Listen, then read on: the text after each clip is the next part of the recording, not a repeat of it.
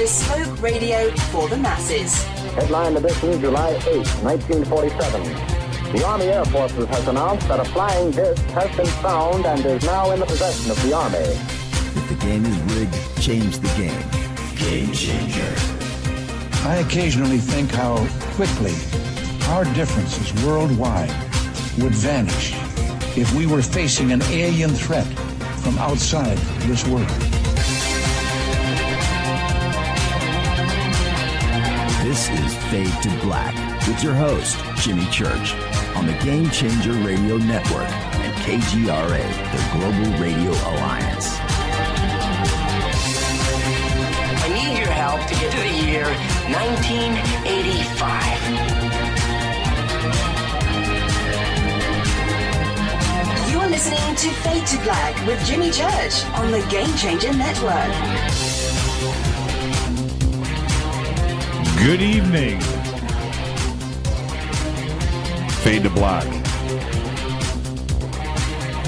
Bespoke radio for the masses.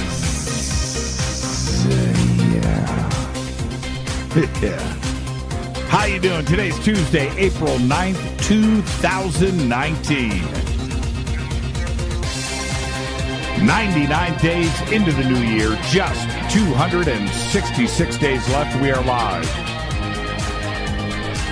Live from a bunker somewhere in the middle of beautiful downtown Burbank, California. And I would like to welcome everybody listening all around the world, all across the United States. Hither and thither, to and fro, back and forth, up and down, east and west, north and south. Far and near. This is Fade to Black for KJCR, the Game Changer Network, and KGRA, The Planet. I am your host, Jimmy Church. What is cracking, everybody? How you doing? How you doing? Yeah, it's going to go down tonight on Fade to Black. Tonight we have very special guest with us, Adam Curry. Adam Curry, he is here for the first time. We'll talk about that at the bottom of the hour. He's here for the first time discussing his research into the collective consciousness, memory, and the Mandela effect.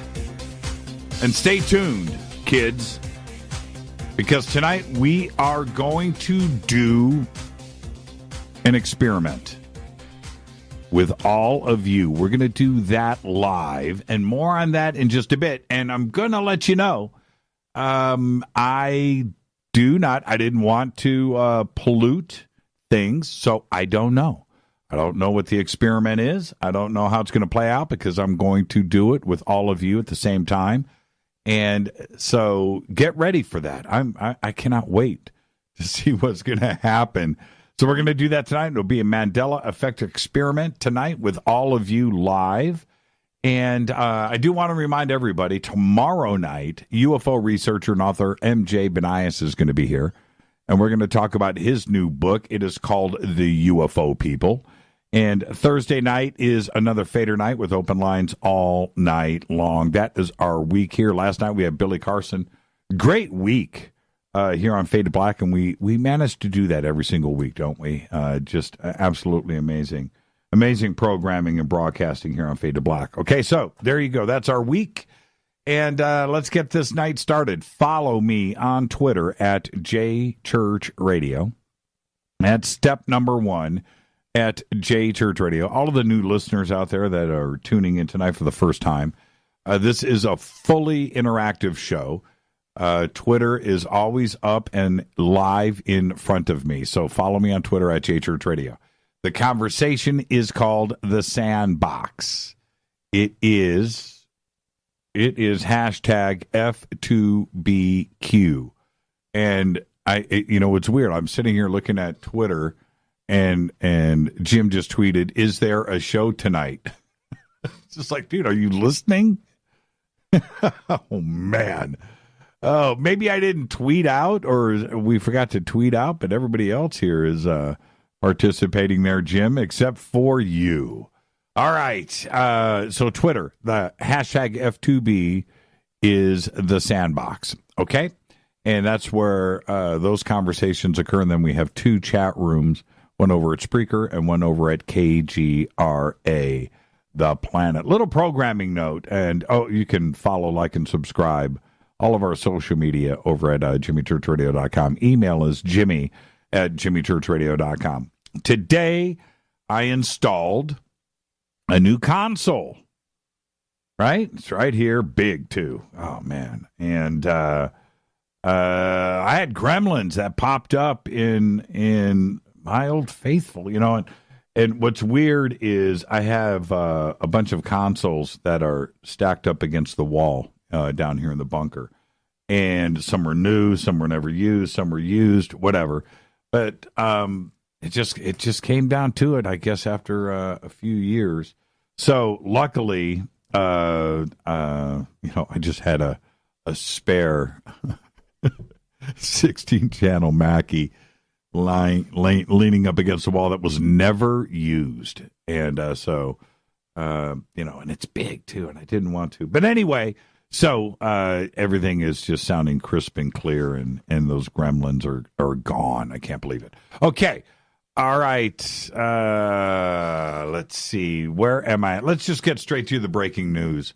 Very sad to announce today, Seymour Cassell, one of my favorite actors, period. Best known for his roles by directors John Cassavetes and Wes Anderson. And with Wes Anderson, that includes 2 of my all-time favorite movies of all time, Rushmore and The Royal Tenenbaums. And Seymour, in Rushmore, he played the dad, the barber. And in The Royal Tenenbaums, it was even a funnier role. He played the elevator guy. And one of the protagonists, I should say. And he died today. He was 84 years old. He had a great career, great life, funny guy, great actor. Seymour Cassell, rest in peace. Okay, and let's get on to the breaking news. Actress Lori Loughlin and 15 other wealthy parents now face an additional charge of money laundering as part of the growing college admissions scandal. The parents, who were charged last month with conspiracy to commit fraud, were charged today in a superseding indictment with conspiring to launder bribes and other payments through a charity run by Rick Singer, the mastermind of the scam, as well as by transferring money into the United States to promote the fraud. Loughlin yesterday did not plead guilty with all of the other parents, including Felicity Huffman. Felicity Huffman pleaded guilty yesterday, but Lori Loughlin's name and her husband, Massimo, were not on that list. I guess they're going to fight this. Yeah. All right. Okay, here you go. I can't even believe this. The Midwest and the plains around the United States today received a warning from the National Weather Service of a massive winter storm expected to run from Tuesday night tonight all the way through Thursday. Yes. Blizzard warnings to 36 million people. And let's not forget, today is April 9th. I think, aren't we officially in spring, headed into summer? And, look, insert at this point, insert your own global warming joke here. That's all I've got to say. I don't know, man. I have no clue. Maybe it's over. Maybe we're now into global cooling. That's what everybody wanted, right? Be careful what you wish for. All right, now, in the creepiest news category, that's right, the creepiest news category, that's what this falls under, I bring you this. The World Bank Group unveiled a new system today to rank countries based on their success in developing human capital. Yes, human capital. You probably thought I said cattle.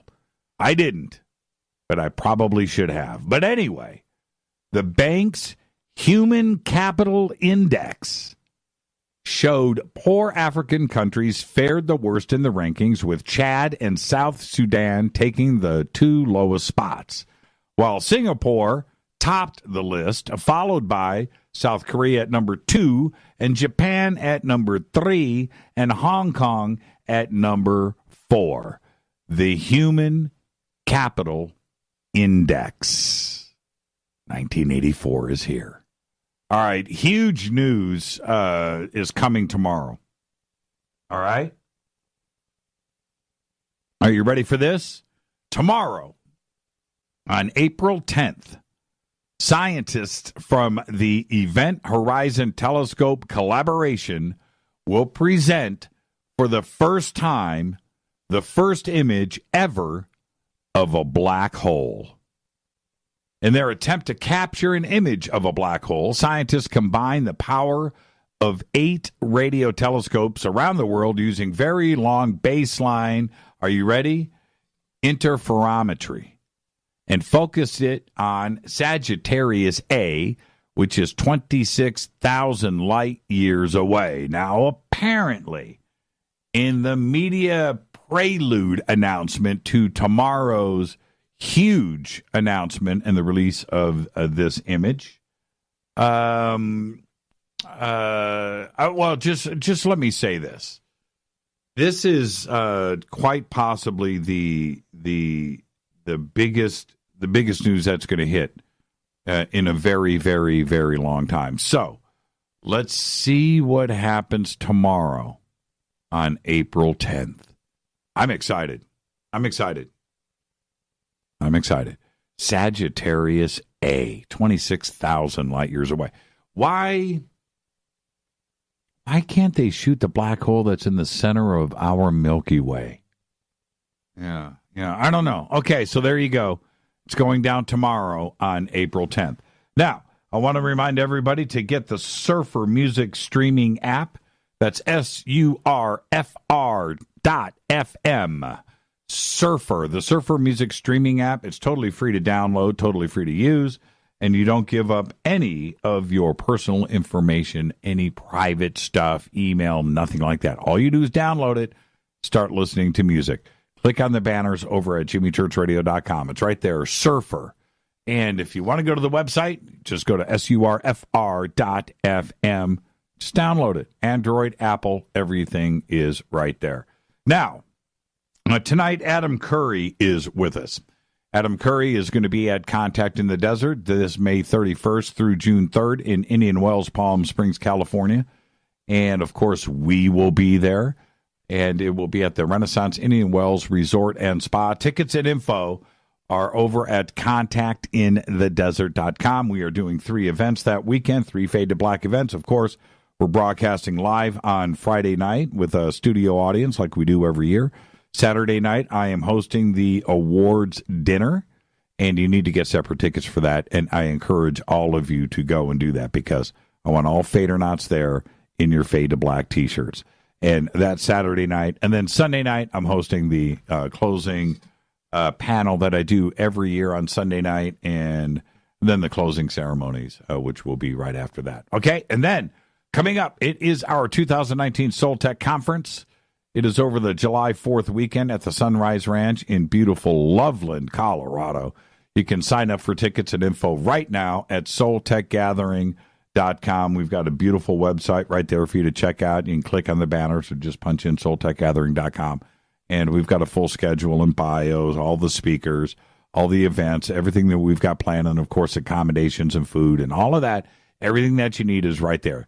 Soul Tech is where we teach. It is a classroom environment. It is absolutely amazing, and we take care of everything. So go and do it now. soultechgathering.com, the July 4th weekend. And rumor does have it that we're going to have a cook-off. That's right, a cook-off. Sagittarius A is the supermassive black hole at the center of our galaxy. You will be pleased to know. And that is from Corby Wace. So the center of our galaxy is only 26,000 light years away. Is that right? Corby. Is that right? I want to make sure here. Let's not spread the wrong information. But I'll give you credit if that is indeed right. I thought that was much further away. Okay. All right. Don't forget to subscribe to our podcast. It is just $2 per month. Go to jimmychurchradio.com. Click on that podcast banner. You can also become an official Fadernaut over in our membership section on the site. I'm looking at these tweets, and you guys are too smart. See, I don't understand. You know, I'm not a scientist. I don't understand this stuff, but apparently you guys are the smartest out there. Let's get this show cracking right now. Happy birthday to today, My Chemical Romance frontman, Gerard Way. Today is 42. And I did that for my daughters. My daughters. Growing up, you know, it was weird because I remember the posters that I had in my bedroom. I had a Black Sabbath poster. I had a poster of Chicago. I had a Kiss poster that came out of, like, I forget what album. Maybe it was like Kiss Double Platinum or something had a poster in it. But anyway, Kiss Army poster. My daughters, My Chemical Romance. Everywhere. It was it was crazy. And I got to actually like the band. So there you go. Happy birthday today to Gerard Way, 42 years old. Also today, Dennis Quaid. Dennis Quaid today is 65 years old on this day in history, and it was a big one. It was a big one. 1959, NASA introduces America's first astronauts to the press. Scott Carpenter, Gordon Cooper, John Glenn, Gus Grissom, Walter Schirra, Alan Shepard, and Donald Deke Slayton on this day in 1959. Here's your Fader fact. Are you ready? Most toilet paper sold for home use in France is pink. Yep. That. I can't even touch that. It's a fact.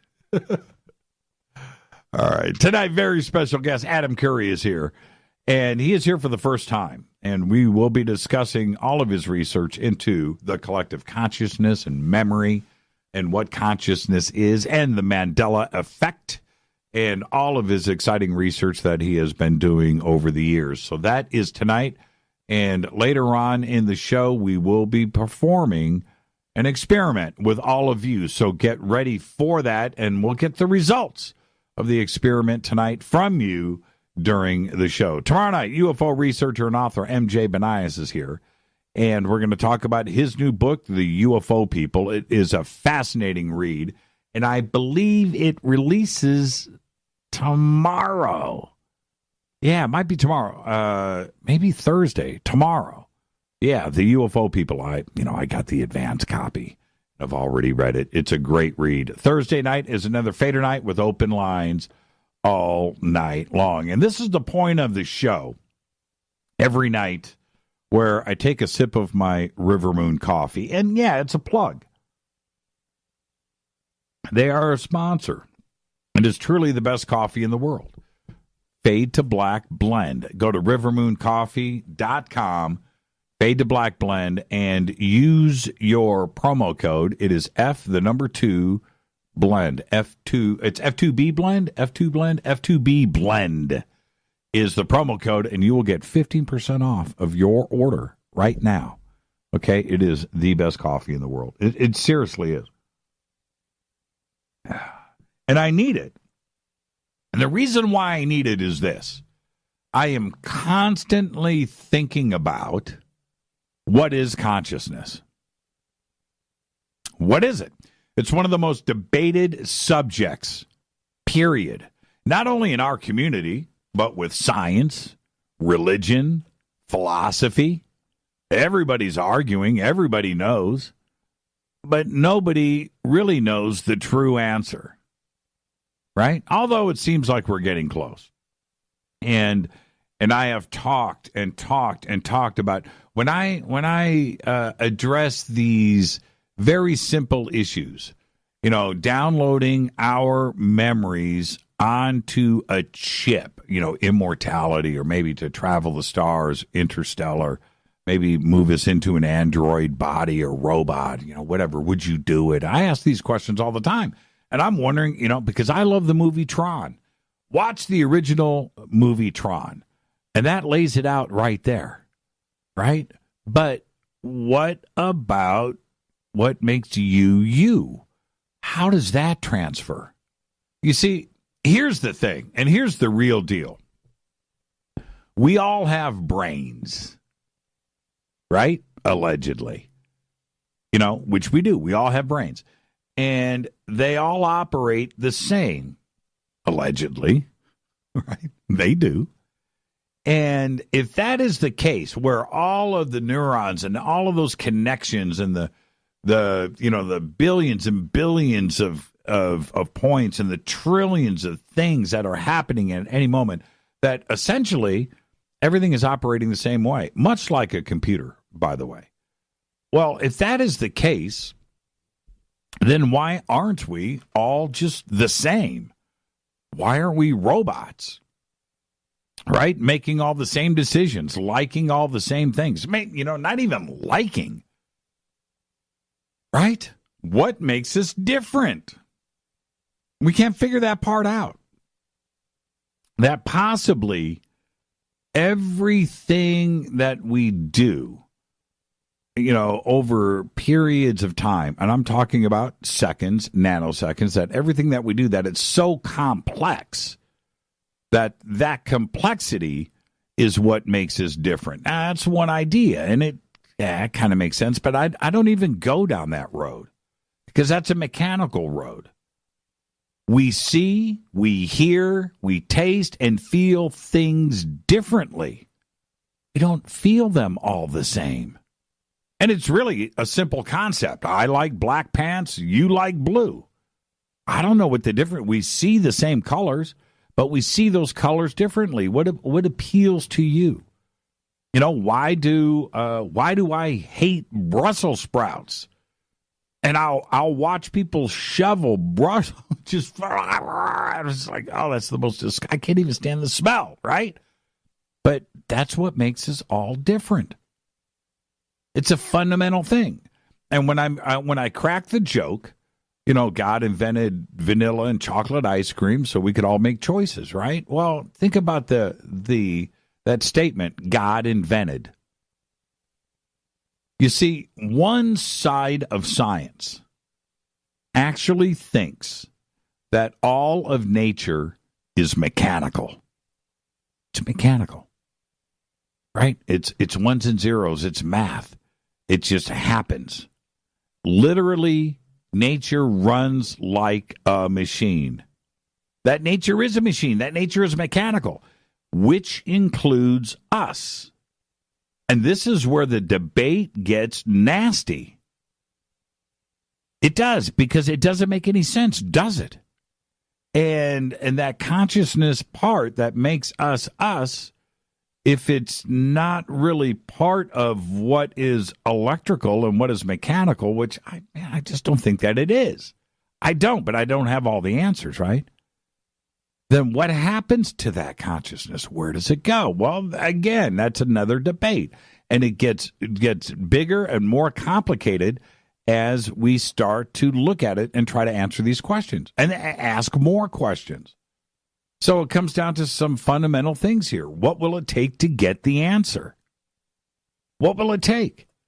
What would it take to get everyone to agree as to what consciousness really is? And I'm not so sure I know. It does remind me, it would be something like this dramatic. It reminds me of the end of the movie Spielberg, AI. Reminds me of the movie AI, when David, Haley Joel Osment, his character, David, is on a quest for a blue mermaid. I think it's a blue mermaid. I could be destroying the movie right now, but I think it's a blue mermaid, right? And that's his quest in the movie. And in the end of the movie, him and I can't remember the android that's with him. They get in that little ship and they get under the ocean. They go down. They cruise up. David finds the mermaid. Remember? And he's looking, and that's it. And then his battery power runs out. Hundreds of years go by, and then they do a cut scene. And in the cut scene, you see this craft going across. Now you see New York, and New York is under ice, right? And on this craft, and it's a cube, and it's one of the coolest craft that I've ever seen conceptualized. Pretty original. Turns out that's E.T. All right, it's E.T. and they're piloting the craft, and they go down, and they're cutting through the ice, and somehow they find David. And David is frozen, and he's there staring at the mermaid. And David is like the last evidence that they have of what humans are or were. So they revive David. They revive his memory. Remember that? But, okay, so that's not the point. The point is who E.T. was, this evolved being, right? And they were light beings. They turned out to be light, fully conscious, right? Where this body now is not what we would think, a body, something that you can touch. They are light beings with consciousness. Think about that for a second. And when we get those answers, when the answers come, how we will evolve in 10,000 years. Are we going to be in these bodies of ours? I don't know. Probably not. But what about this? Our consciousness. That's going to make those light being bodies of ours a million years in the future different. That like different things. Think about that. And that's what this show is about tonight. It is going to be an amazing conversation. Adam Curry and his team has been studying this and working forward to what not only consciousness is, but collective consciousness and collective memories and how we affect each other. That's the show tonight. Get ready. It's going to be an amazing conversation. I've been looking forward to this for 5 years. Tonight, Adam Curry is here. I am your host, Jimmy Church. This is Fade to Black. You can follow me on Twitter at JChurchRadio. You can follow Adam Curry at Adam M. Curry on Twitter. We've got it up right there. And I'll be right back with tonight's guest, Adam Curry, right after this short break. Stay with us.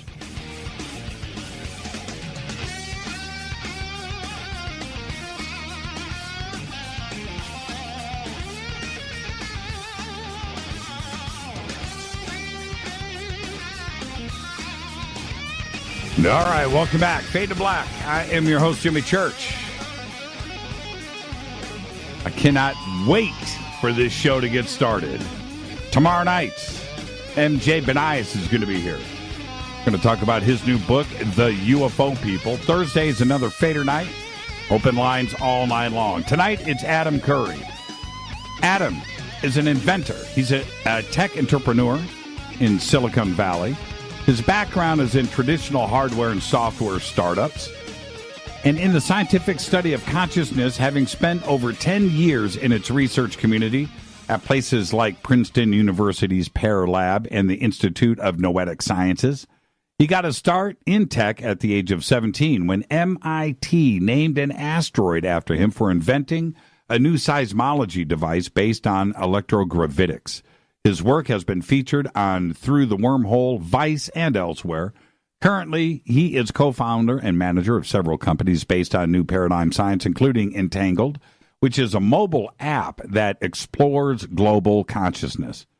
Is the Mandela effect simply widespread false memory syndrome, or could physical reality be shifting behind the scenes? Well, tonight, Adam is going to discuss some of the best examples of that effect, covering a variety of proposed explanations.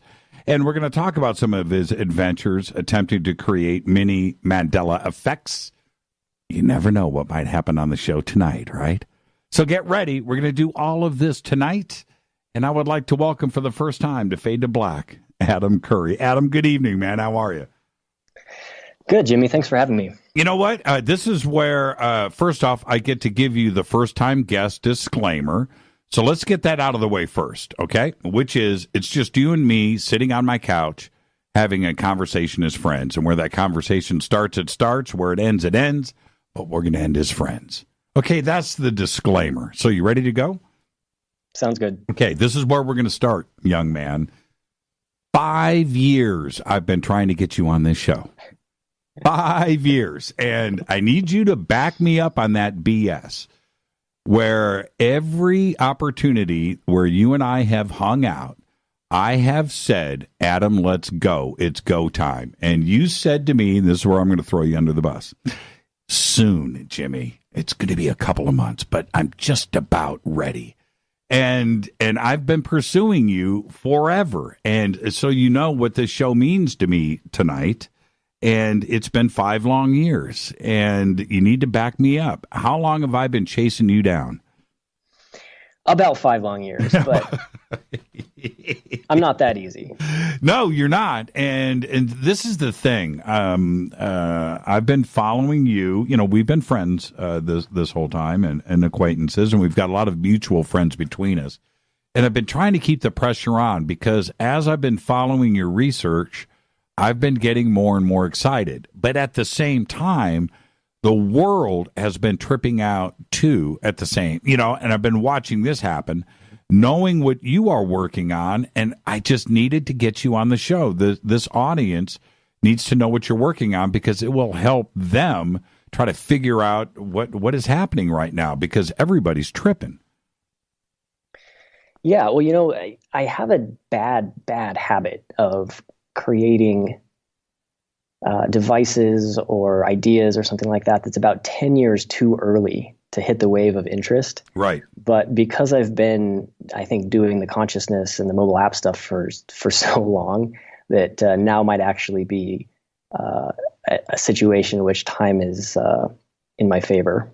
Well, certainly. And, what's really funny is we'll be talking about the Mandela effect quite a bit tonight. But that happened all on its own, certainly starting to validate your research, too. You couldn't get better promotion, could you? No, I've been really surprised. I can go think about maybe 10 to 5 years ago, the consciousness word was something that you uttered quietly. Right. And particularly in academic halls. And now the exact opposite is true.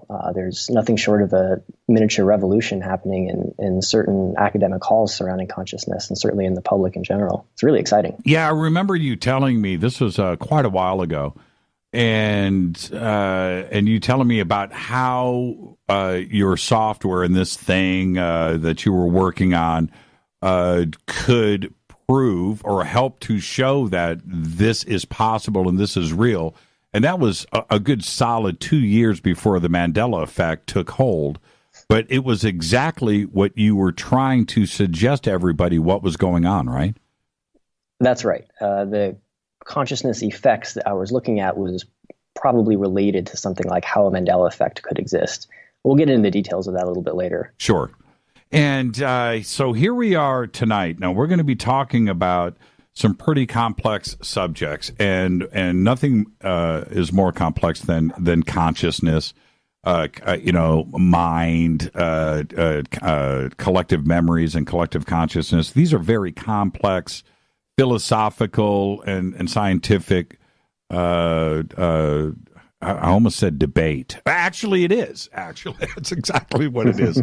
And so when we start to move into this, for you, this being part of your research, nobody can really decide on a definition of consciousness or what it is or if it exists. But you have to start there. So for you, what is your definition of consciousness?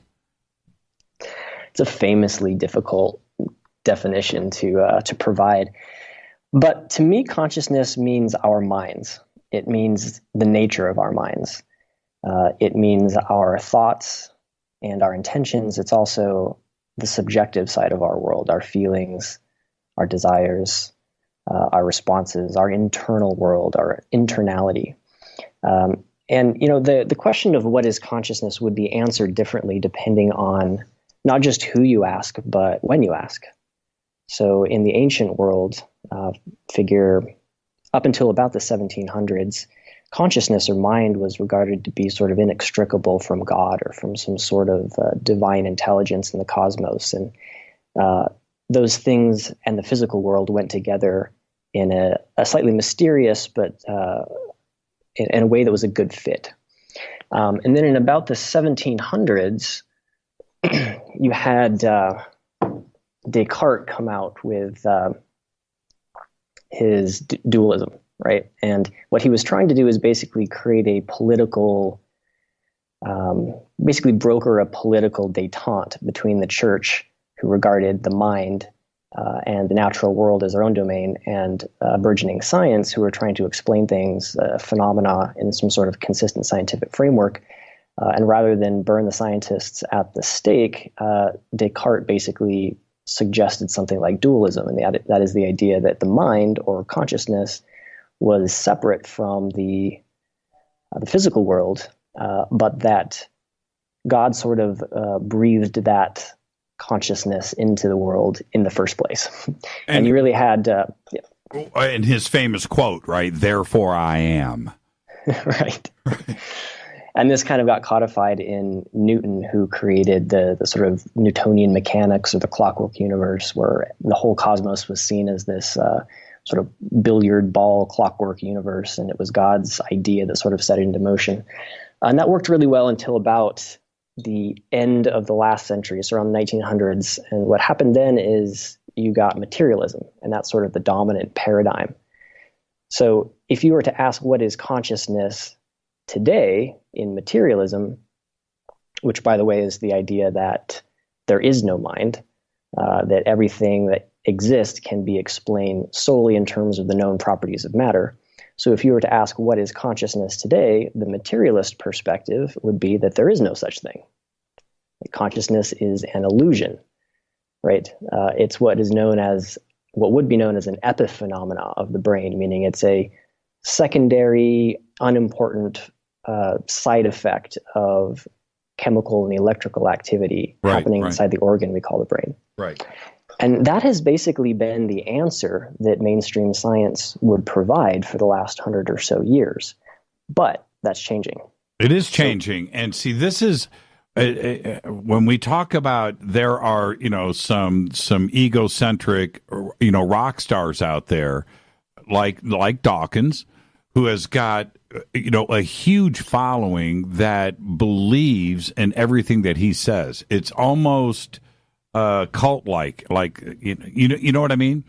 And for him to suggest the mechanical aspect to everything, and that's the answer to everything, and that there isn't anything else to ponder here, that all the answers are very simple and mechanical, I think couldn't be farther from the truth. He's the one guy, Adam, he's the one guy that I would love to debate, and I don't have the educational professional things to back me up. I'm not that smart, but I would tear that guy apart because I think he is completely wrong, right? But there are so many that actually follow that, and I find that fascinating. It is fascinating, but it's falling apart. And I think that the materialist perspective is falling apart because it's encountered consciousness and it can't get around it, and it's starting to realize that. I think it's falling apart in three different ways. And the first way is in sort of the philosophy of mind world. And that's where philosophers have asked this question, what is consciousness? And they've examined the answer, which is that consciousness is an illusion, and they've seen that is a logical fallacy. Right. In other words, something can't be an illusion.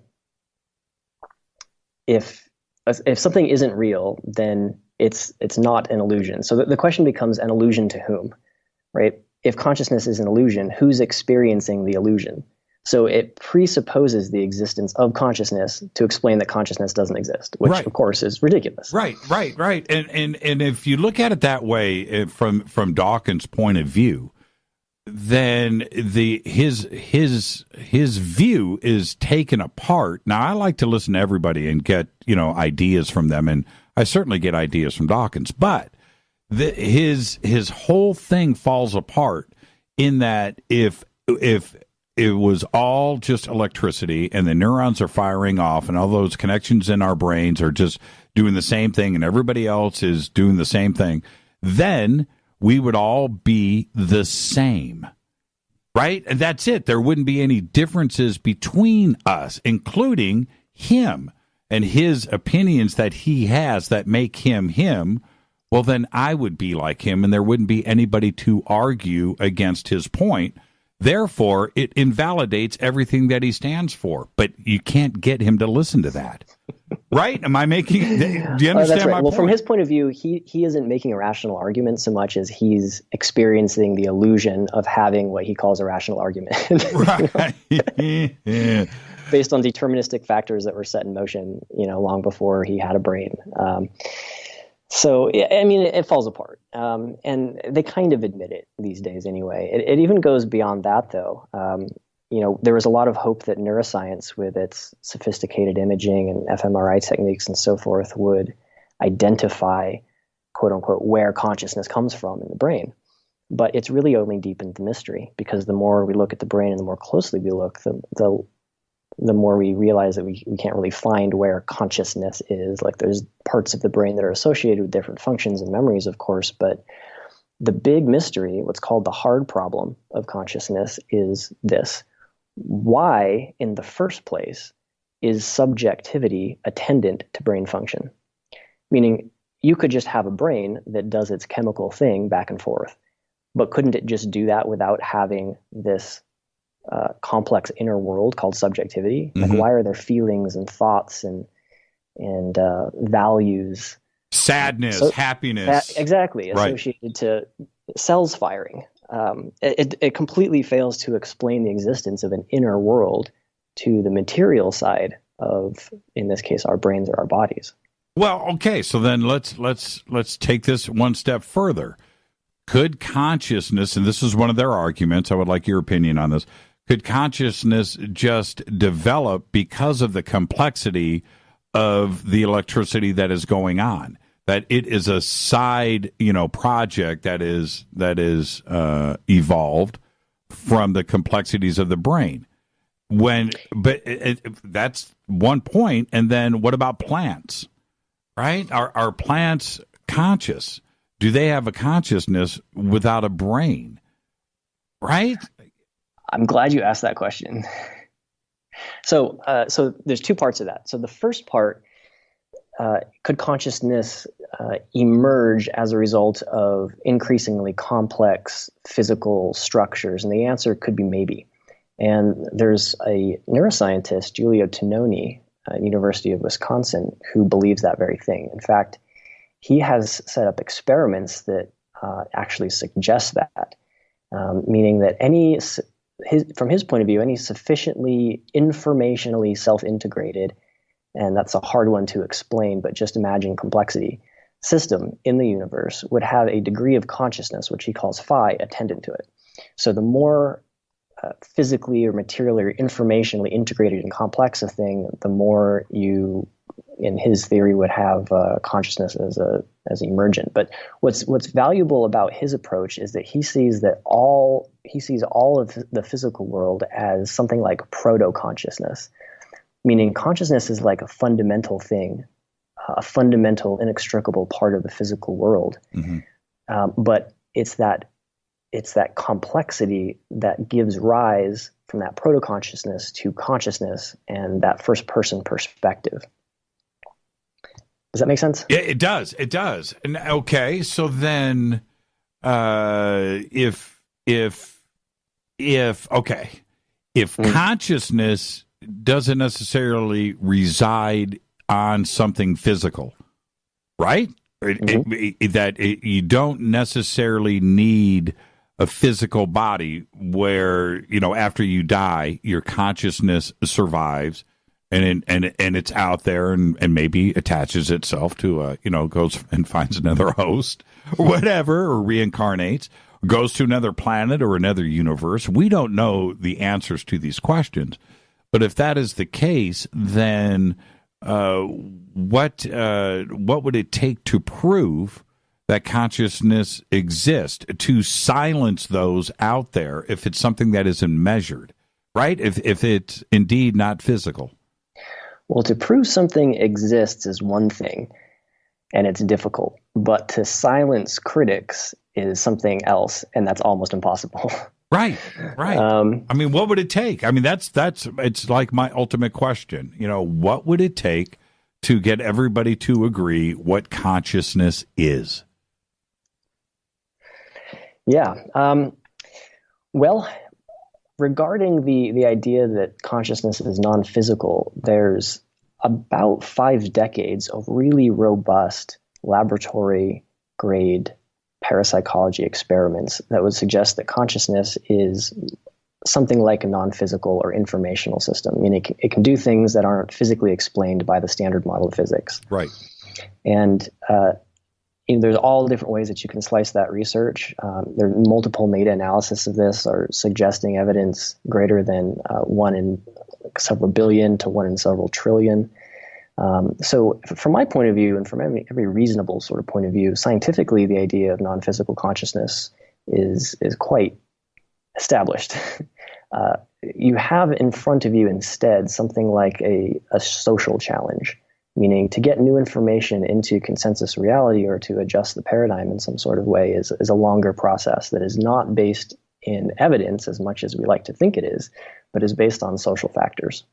And that wouldn't work for Dawkins, though. Well, no. No, that's the exact opposite of what he bases, his worldview on. And like I truly believe that half of science is on Dawkins' side. They're on the mechanical side, and I understand why. It's laboratories and proof and black and white. I get all of that. Then there's the other side of science today that is totally accepting of, a miracle-based, something else is driving all of this mindset, and where they are trying to figure out that side. Getting them to meet in the middle, I think, is where we are at today. I think it's pretty exciting times. I couldn't think of a better time to be here. But in my opening statement tonight, my comment was this: in order to get everybody to agree on both sides, it would take something like a crazy light being, ET, extraterrestrial, showing up in a physical light body without, without the physical there, that can talk, think, laugh, and love, right? And the example of consciousness not residing in a brain. Yeah, it could be. It could take something like that to sort of jolt us. Now, the couple of examples I gave earlier where our perspective on consciousness shifted based on when you're talking, right? So from the animus mundi or the magical world into the classical world of Newtonian mechanics and into the materialism of the current period and looking forward into some sort of future that is a consciousness first perspective, whatever that is. I think that is the definition of paradigm change. And that is evidence that it does happen, but it's a long-term process, right? And I think that you can look at the inflection points of each of those paradigm shifts, and you can see what happens is that there are anomalies that start to creep into awareness among the people that establish the paradigm, if you will. And at first, those anomalies are ignored, and then those anomalies are attacked. And then what happens, very interesting, is the people that can benefit from, usually the people that attacked those anomalies will then say, these anomalies are real, and I thought of it first. So you kind of have to get a lot of the mainstream scientists or the stakeholders in basically align the incentives. And I think that we haven't quite figured out how to do that yet. And we're gonna take a break here in 2 minutes, and I want to set this up for when we come back. For you, as you're going through your life and education, and you started to begin this hero's journey that you're on, what happened? Something made you take a left-hand turn somewhere to go down the consciousness road. What was that event? I think that it's because I have crazy hair. Yeah, you do have crazy hair. Yeah, and you can't really be an inventor or have mad scientist tendencies without having crazy hair. Okay, so what caused the crazy hair?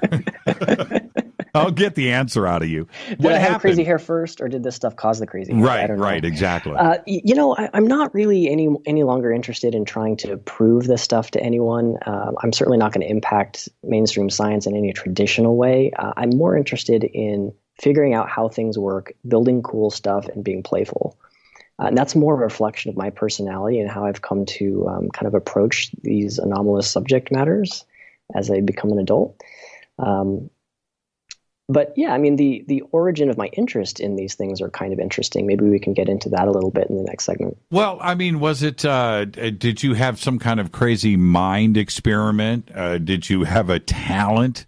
Could you read, could you predict the future? Was it dreams? Did you have a ghost? Did your grandmother come to you in your bedroom? I mean, there's always some kind of epiphany. Well, I grew up in Colorado Springs for about 10 years, and that's where Tesla had his lab. And the remnants of his laboratory, the stuff that remained of it, was put into a small museum. And when I was a kid, I was always asking my mom to bring home electronics. So I would take them apart and build things. And one day she took me to the Tesla Museum, and there's no one there because no one knew who he was back then. Mm-hmm. And there was a gentleman who let me play with some of the old Tesla coils and these types of things, and I was captivated. And so I started reading about Tesla and his inventions, and the same people that write those books about Tesla basically also included in it this idea that that he was onto a new physics, that there's textbook science, which is one thing, and it's fine, and then there's a parallel track of thinking. And it was that parallel track of thinking that really inspired me. And I really grew up with the idea that there are like kind of two explanations for things, or the mainstream is really like an incomplete picture of how reality works. And that you almost have to have that point of view to understand and appreciate consciousness research. There you go. Because it doesn't fit in the box. Yeah, there you go. So it was Tesla. See, there's always something. For me, it's a very simple thing. My mom was nuts, and she had a collection of Edgar Cayce books that when I was 5, 6, 7 years old, I could barely read. And I thought to myself, who's this Edgar Cayce guy? My mom's got 100 books here. Well, you know what? That's what got me on the air tonight with you. But, there's always something like that in all of our lives. Our guest tonight is Adam Curry. I am your host, Jimmy Church. Tonight, we are discussing consciousness, collective mind, the Mandela effect, his research, and we're going to do an experiment with all of you in just a bit, so get ready for that. This is Fade to Black. I'm your host, Jimmy Church. We'll be right back. More with Adam after this short break. Stay with us.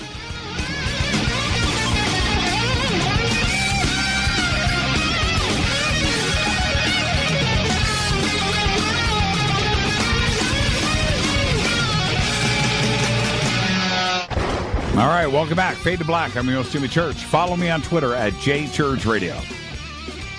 At JChurchRadio. You can follow Adam at Adam M. Curry. I believe that's what it is. Adam, am I right? Adam M. Curry on Twitter? On Twitter, it's Adam's Lab. Adam's Lab. Oh, I just blew it. It's right in front of me, too. Adam's Lab. Oh, man. Okay. One quick question before we really start to move forward here.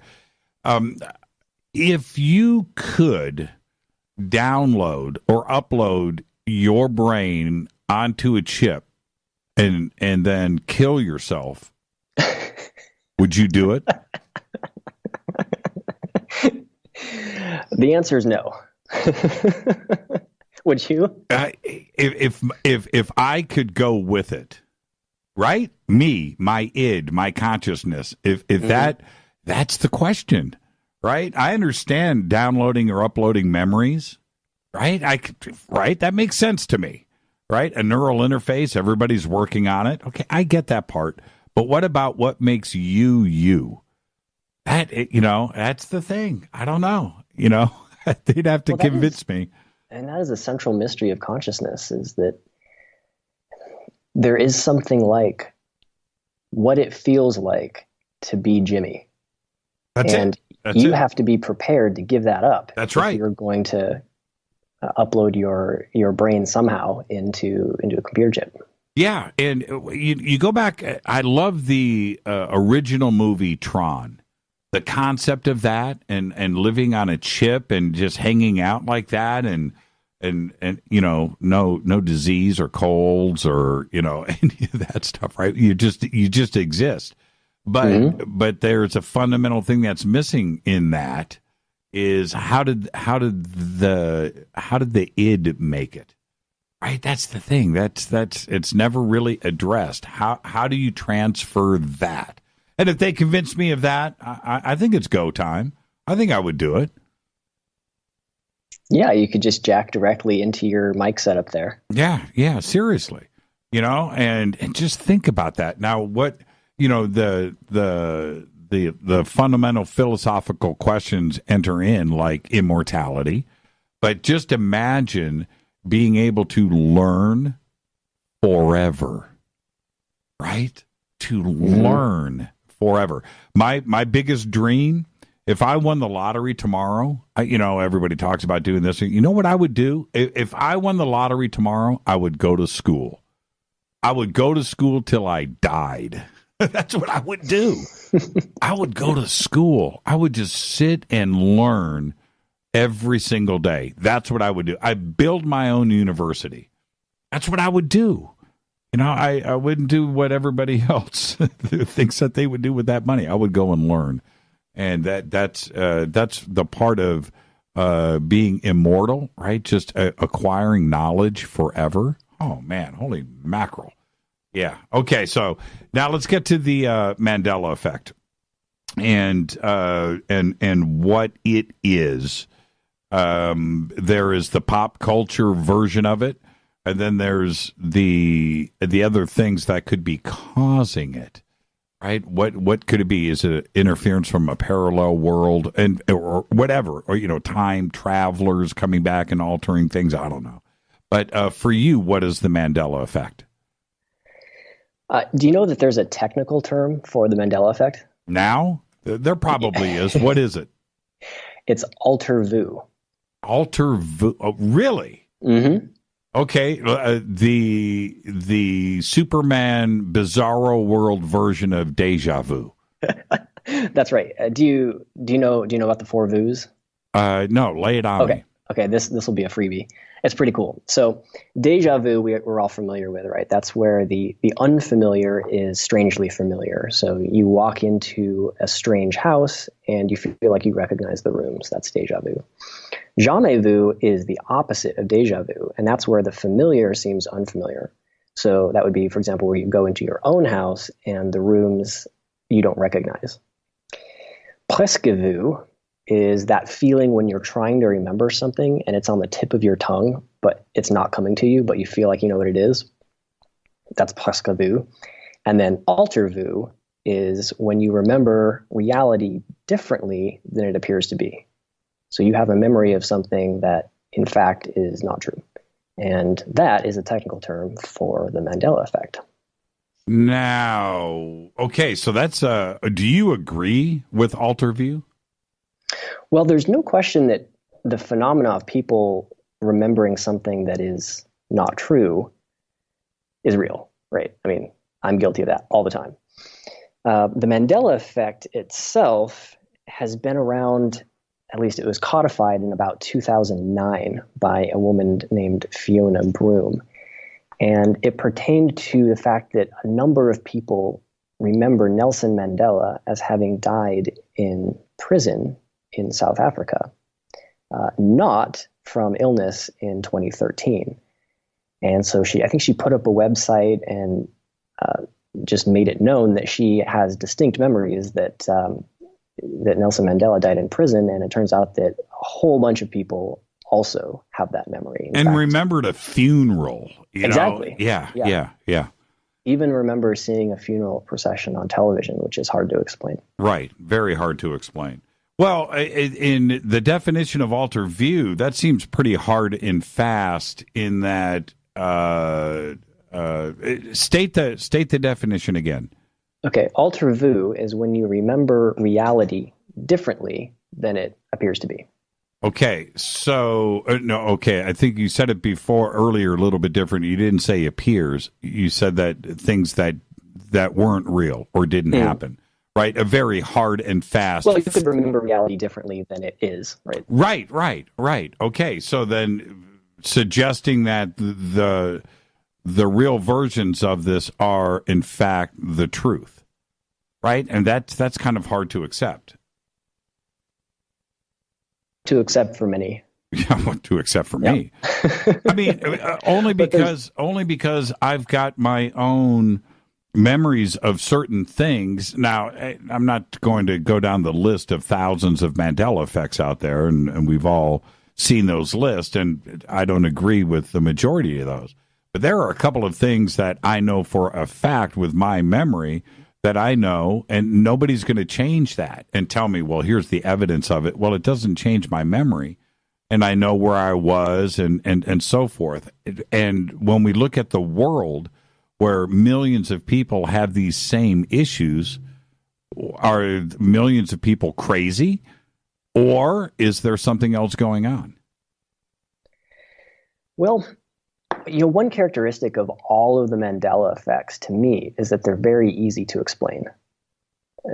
For example, that doesn't mean that they're not true or that people don't, misremember them, or even perhaps that reality could be shifting. But in general, the most plausible explanation is that it's just collective misremembrance, right? So one example is the bridge to Ellis Island. So a lot of people remember there never being a bridge to Ellis Island. You always had to take a ferry. But it turns out that there actually is a bridge to Ellis Island. And even people that live in the area say, no, there's no way there's a bridge to Ellis Island. Well, it could be that you have a reality shifting sort of behind the scenes. It could also be that when you think of Ellis Island, you think of either ferries or boats in general, and you would just never really think of taking a bridge there. Well, okay. So another example, and I got an email about this today. The famous movies Shazam with Sinbad, right?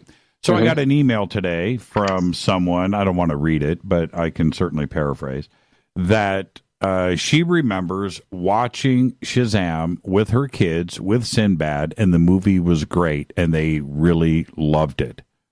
Right? Now, that's not a memory of, I think I remember seeing it in a video store.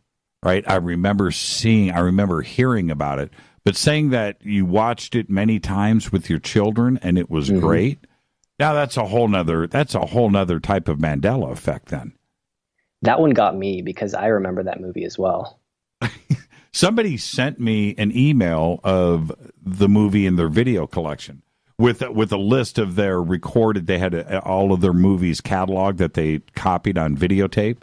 And there it was, right? Shazam with Sinbad, and it's numbered and cataloged, and a photograph of the videotape from a trunk of videotapes. So, I haven't seen the movie, but there you go. That's a whole other type of Mandela effect. How do you explain that kind of stuff away?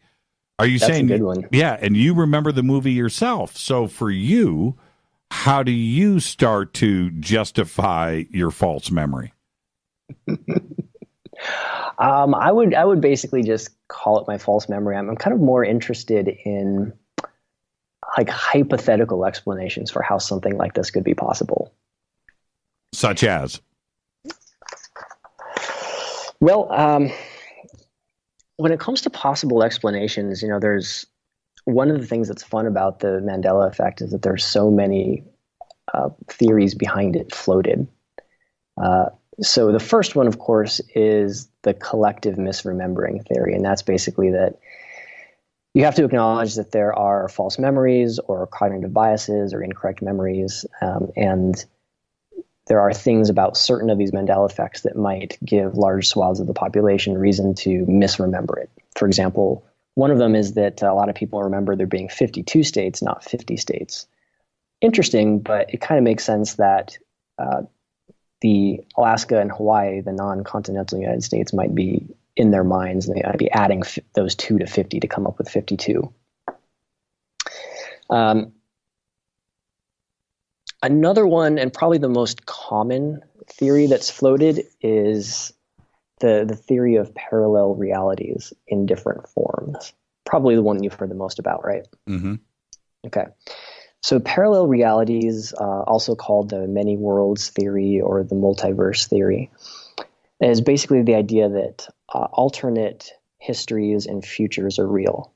So there's something about the nature of reality that has created a breakaway or parallel reality or myriad parallel realities all the time, and that we were, when it comes to Mandela effects, previously in a reality, for example, where there was a movie called Shazam, and now we're not in a reality, or in a reality where there's not a movie called Shazam, but there's a persistence of memory for some of us about that parallel reality for some reason. Now, okay, so the parallel reality, and especially when we're discussing the science of things, when it gets into quantum mechanics and quantum theory and the multi-world theory and parallel worlds and all of the effects of things and entanglement, if that is indeed the case, and science is now strongly on that side of things, still debated, but still, we're getting really close to proving the existence of this.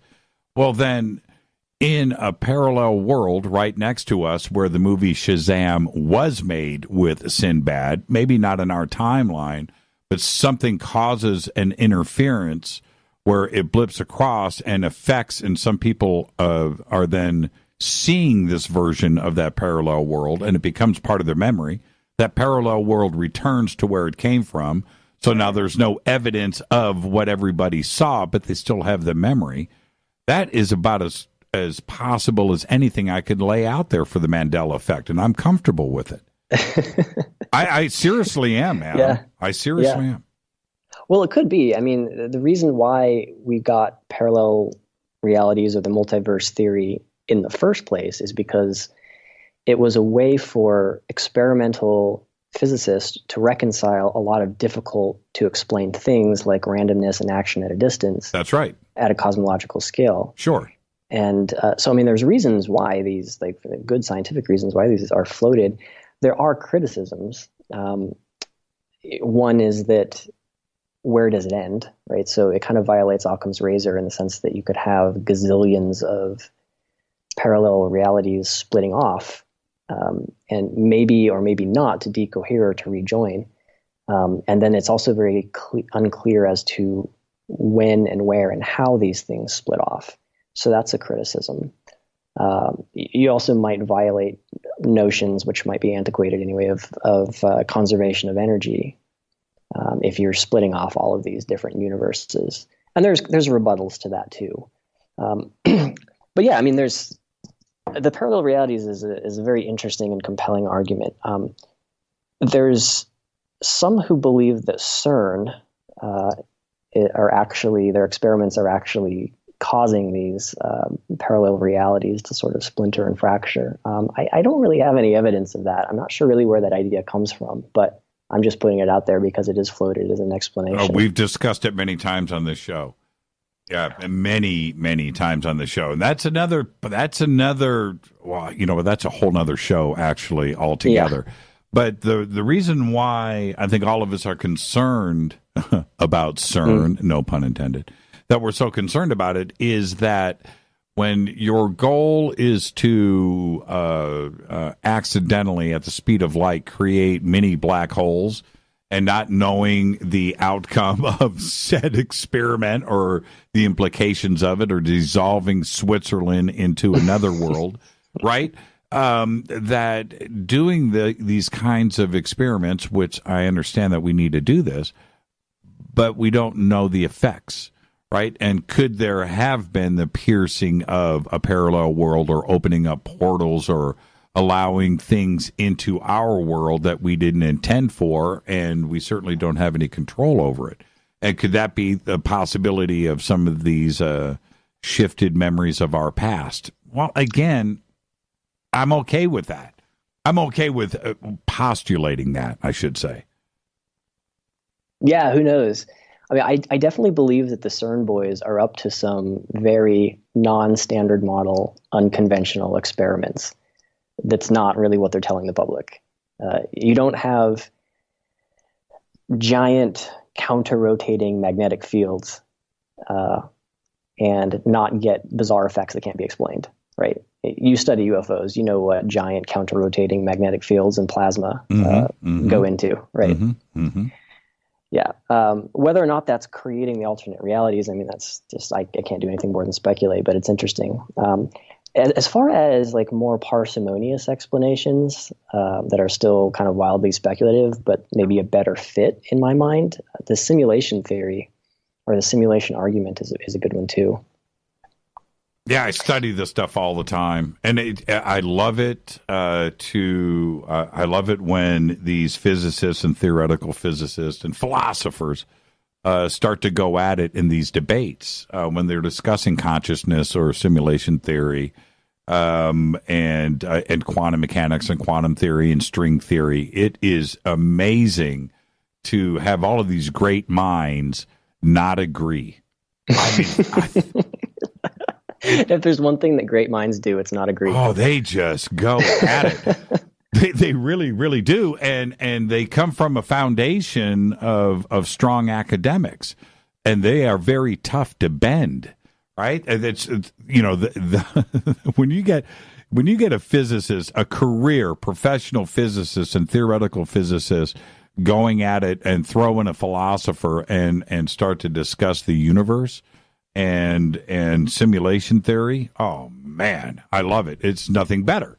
And now let's get back to this, because this is what you do when you research this.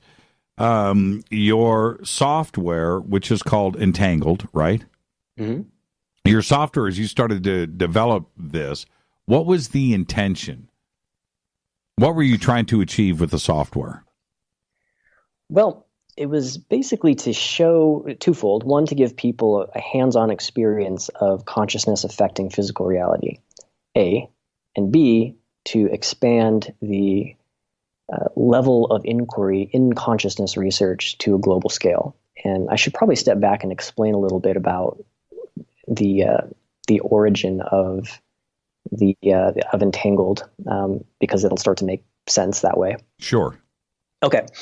So back in the 70s, there was the dean of Princeton, Robert John, and he was basically sitting at the height of his career. He was the dean of the engineering school. He had invented a new generation of electric spacecraft, plasma propulsion, and he started to think about the very questions that we were discussing today, namely surrounding consciousness. Is consciousness an illusion, or is there something more to it? Is it somehow a part of the fundamental fabric of physical reality? And he and his one of his students designed an experiment to test that.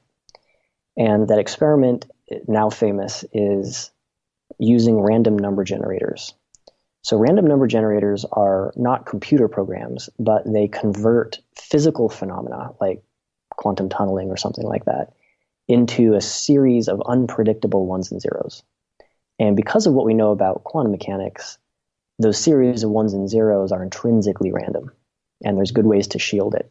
So you can think of it kind of like a quantum coin flipper that's flipping heads, tails, heads, heads, heads, tails, many, many, many times. And you could look at the heads and you can look at the tails, and you find that there's basically 50-50 heads and tails, perfectly random, right? Right. Until you get consciousness, or a volunteer in this case, to sit in front of the machine and using only their thoughts to try to nudge the output of that random number generator to produce more ones or more zeros. Very straightforward. Mm-hmm. It turns out that the machine typically responds, and it responds in some statistically significant way. meaning a person intends, oh, I'm going to make it produce more ones, outcome more ones, more zeros, outcome more zeros, and so forth. Very simple experiment, but profound in its implications, because there's no standard model explanation for how consciousness could be correlated or be affecting the output of this device. It implies that there's some sort of non-local or unseen information exchange between the consciousness and the system. So that work persisted for several decades and was, published and repeated and all of that. Controversial and still is today. Out of the Pear Lab, there was a researcher named Roger Nelson and Dean Radin, who you might have had on your show before. Absolutely. Yep. And they had the idea, well, okay, we're finding these anomalies when it's a single person attempting to affect this device. What if we brought one of these devices to environments in which no one's intentionally trying to affect it, but are engaged in some sort of abnormal consciousness activity, meaning they're at a concert, or they're at a business meeting, or they're in a drum circle, or they're at yoga, or they're meditating, something like that. And what they found was that when you brought these random number generators into physical proximity of people that are, for example, meditating, you can often register an effect. Now, there's a lot of debate as to what that effect is. But nonetheless, there is this effect. So probably over a couple of beers one night, they said, well, what if we expand this network of random number generators around the world and collect data centrally at a centralized location? Would we be able to find anything that is like coherent signals between these devices? Meaning if you had a random number generator in Australia and one in the Middle East and one in America, their data output should all be random, but could we find times in which they are synchronized or which they're coherent? And do those times correspond to anything that's happening that would capture global attention? So that's what they did, and that is famously known as the Global Consciousness Project. And it's been running for 20-something years. There's a network of about 70 random number generators that are producing data, which is being collected. And I think most people know about this through the 9/11 output, where a few hours before the first plane struck on 9/11, you had a hugely statistically significant covariance. Yeah, spike. It was I watched the graphs on that, and that is something that is that doesn't need to be explained. I mean, that is just especially when you're pragmatic, right? And that's what you need is charts and graphs. That was pretty evident. Yeah, exactly. I don't remember the exact statistical likelihood, but it was off the charts. It was off the charts, yeah. It was off the charts. We need to take a break right here. And Adam, during this break, I want you to go and check out your Twitter account because I copied you here. And there is a copy of Shazam on videotape. And amazing. There's a picture of it there, and I guess we're gonna watch this at some point. So let's take our break right here. This is Fade to Black. I'm your host, Jimmy Church. Now, wouldn't that tip the world on its ear after everything that was said about the movie Shazam? And then we actually get the movie, and it's right here. It's in Twitter. Go check it out. This is Fade to Black. Our guest tonight, Adam Curry. We're going to do this experiment when we come back. Stay with us.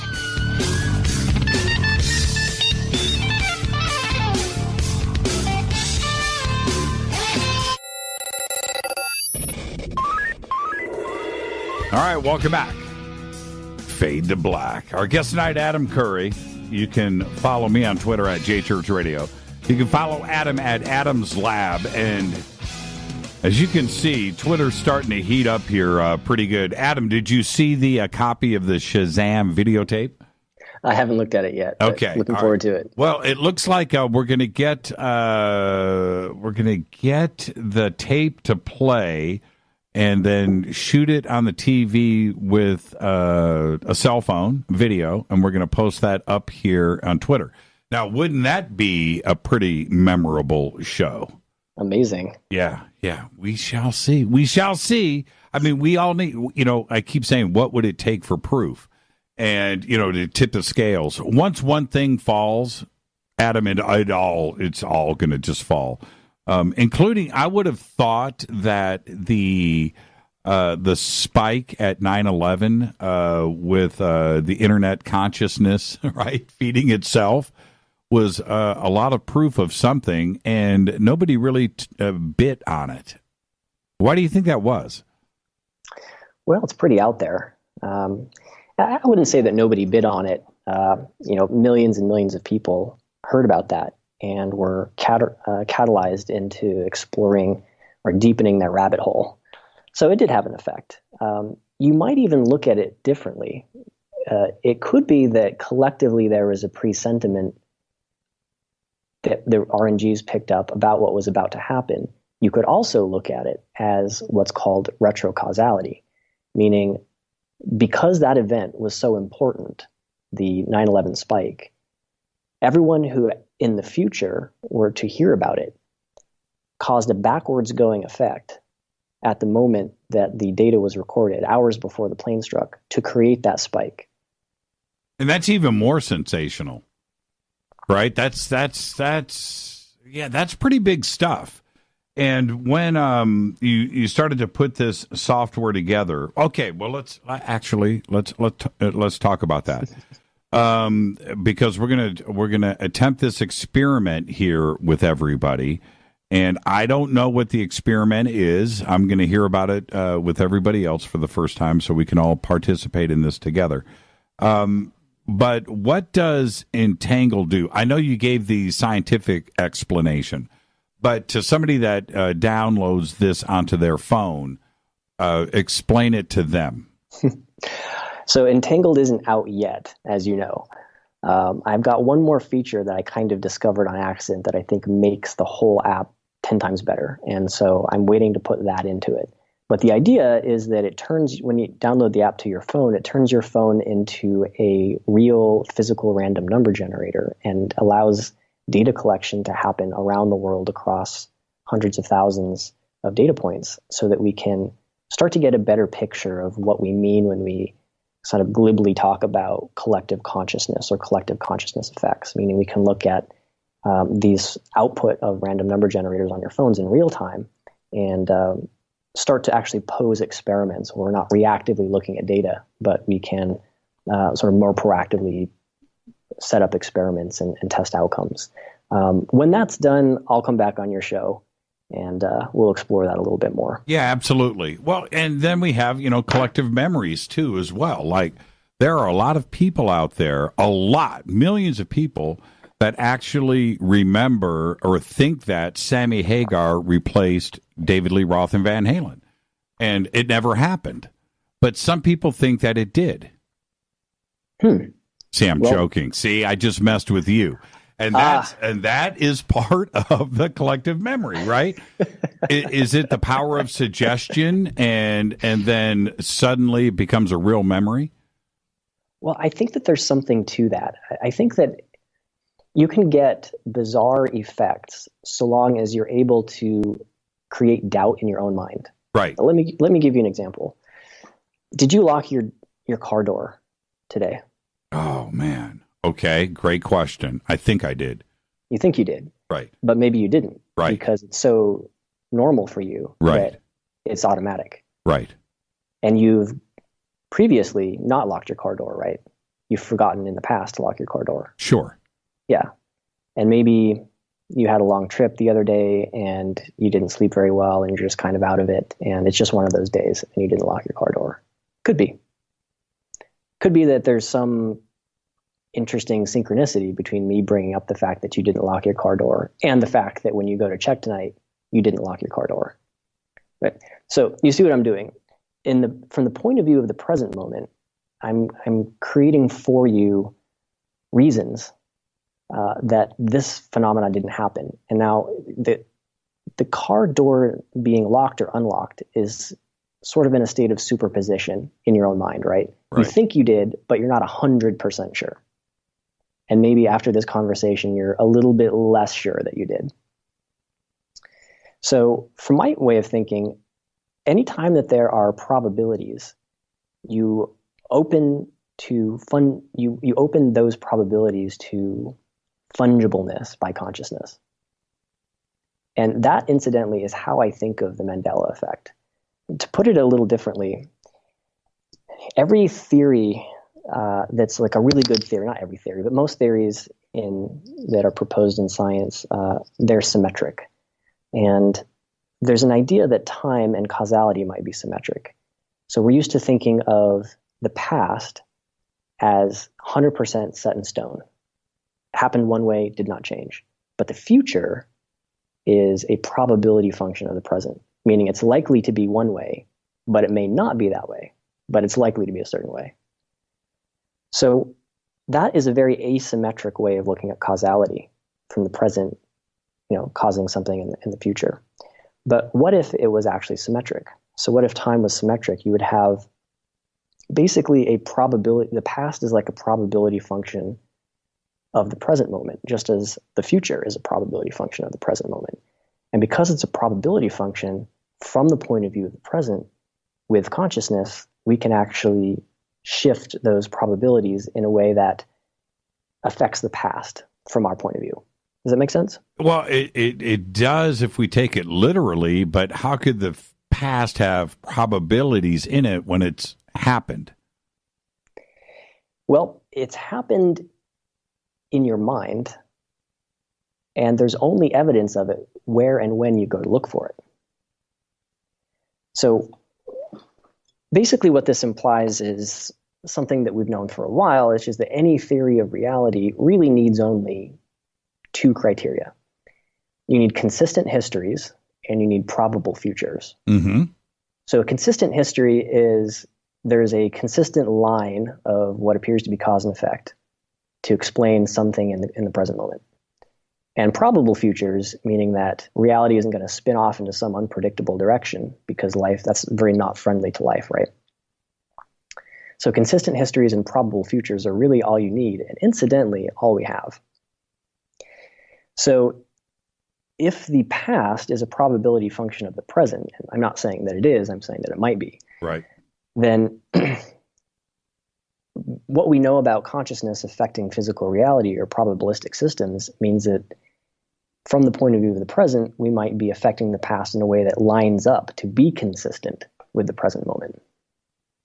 Isn't that more sensational than parallel worlds? I actually think it resolves parallel worlds. Right. You don't. Yes. Yeah. Yes. Okay. Yes. Well, last week, I don't want to revisit this subject, but I have to because of this conversation. I'm going to give you the very, very, very, very short version of this. In 1972, I stepped out. I was 9 years old, stepped out into my front yard. I saw something in the summer. I saw something up in the sky, caught my eye. I look up and I see a rigid airship like the Hindenburg, right? With the ribs, the motors on the side, the whole thing. And I see it fly by and I chase it across this field. It was low. And I counted the engines and I just, memorized everything. So 2 days ago, I think it was 2 days ago, maybe. Anyway, or was it Thursday of last week? Today's Tuesday. It must have been Thursday of last week. I went and the memory came back. And I went, oh, yeah, that's right. So I decided to research the airships, and so I could find out which one that I saw. Maybe I could find the name of it, right? And, what year they were flying around and what bases they were stationed at and so forth, with the Navy. And so I start researching on the web. And then I find out that there were none. That there were none. We stopped the program. The last one was dismantled at the end of 1939. None had flown since 1935. The Hindenburg crashed in 1937, effectively ending the program worldwide. After the Hindenburg in 1937, there were no more rigid airships on planet Earth. Okay? So what did I see in 1972? Do you understand? And yeah. So my mind was blown last week. I mean, I just couldn't, it didn't make any sense. I thought I was going to have some fun. Okay, it was the USS Los Angeles, and it was at Great Lakes Naval Air Station north of Chicago in 1972, and it flew to Los Angeles. Whatever, I was going to find out these facts. And when I found out that there were none. Now, wait a minute here. And so what do I do with that? My memory's not going to change. I saw what I saw, right? That's it. I saw what I saw.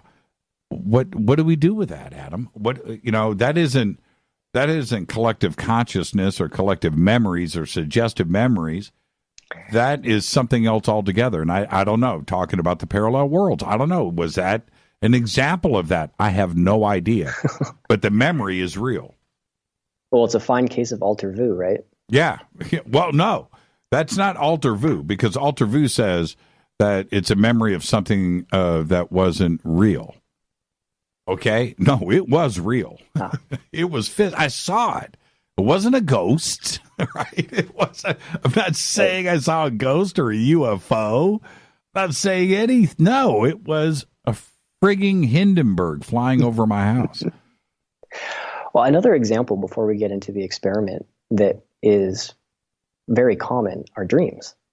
You think of a dream as something like that, where while we're sleeping, we're living in a reality that bears no resemblance at all to waking life, but it seems so real, right? You're this person, these people around you, this scenario is unfolding, and you wake up and you have strong memories of this adventure or whatever it was having taken place, but there's zero physical evidence for it. Yeah, I have no idea. I don't know. Did I some kind of crazy time vortex? Did I just step through it? I have no idea. But the memory, and it was so, it's real. It really happened. So much so that I went to research to see what was hanging out in Chicago in 72, just for my own little, my little satisfaction of knowing what airship it was. That's all I was doing. And then I found out that there were none. And it just stopped me in my tracks. Okay, what's the experiment? How do we go about this? Okay, so the experiment is a first test into what we're talking about, meaning, can we affect the past from the point of view of the present? Okay. So, my perspective here is that if causality is symmetric and the past is a probability function, mm-hmm. then if we create something that is intrinsically probabilistic, but in the past, then from the point of view of the present, we might be able to affect that thing. Okay, when you say intrinsically, you're saying that it's not touchable? It's fundamentally random. It's fundamentally random. There's a random component. There's a probabilistic component to that. Okay, so it's not physical. It is physical. So here's what I did. Okay. So yesterday, at around 8:00, I set up an experiment. Okay. And the experiment involves measuring the electrochemical properties of 2 vials of water, which are identical. Okay. Okay. So same source, same everything, vial A and vial B. And at 8:10, I set one vial aside and said, for the next 5 minutes, there's going to be an influence from the listeners of this radio show tomorrow. Okay. So what we're going to do collectively is we're going to try to send our intention back in time to 8:10, to when that vial of water, vial A, is sitting on the desk before measuring its electrochemical properties. And we're going to see if we can register an effect. Got you. Okay, and vial B was not set aside. That's your control vial? Correct.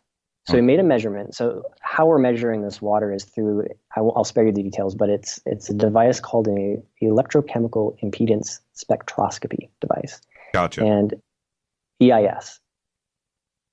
And what an EIS machine does is it measures the impedance of water. And you can think of impedance in this sense as the opposite of conductivity. Sure. So, and what's that number now? What was the impedance? Well, back then, yesterday. Yes. Okay, so the control started at 25,000.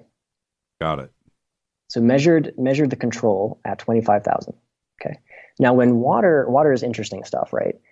And when water becomes more coherent, the molecularly geometric, there's a number of things that take place that allow water to become more conductive. And if it's more conductive, it means the impedance drops. So I made a trial measurement, and I'll send you the graphs here. Okay. And now, and then the second part of what I did is set aside vial B, or I'm sorry, sample A. Okay, so at some point, we're going to spend 5 minutes, maybe the next commercial break, and all of us listening are going to send our intentions back to yesterday, which, by the way, is Monday, April 8th. Yep. At 8:10 p.m. Got you. And just imagine intending to make that water sample more coherent. I got you. Okay, and actually, let's start this right now. Now, do we want it more conductive? So we're going to take the 25K and bring that number down. That's right. Okay, so that's what I want everybody to do right now. It's 8:51 p.m. It's 8:51, 48, 49. It's going to be 8:52 in 10 seconds. And so I want everybody to concentrate on vial A in your mind, vial A that was set aside at 8:10 p.m. yesterday at 4/8/19. That's all we have to do is think about that vial. And I'm going to ask you to take it a step further and take the number 25K in your mind and focus on, let's go to extremes, 10K. We'll cut the impedance in half. Right, Adam? Let's do it. Okay. So, does everybody got that? Right now, I want you to focus on vial A that was set aside at 8:10 p.m. yesterday at 4/8/19, and we're going to change that vial. Its current impedance is 25K. I want you to concentrate on 10K for vial A and just throw that down all the way through the break, and when we come back, Adam is going to measure those. Now, also, Adam, send me the charts during the break from yesterday, and I'll get those posted up in Twitter.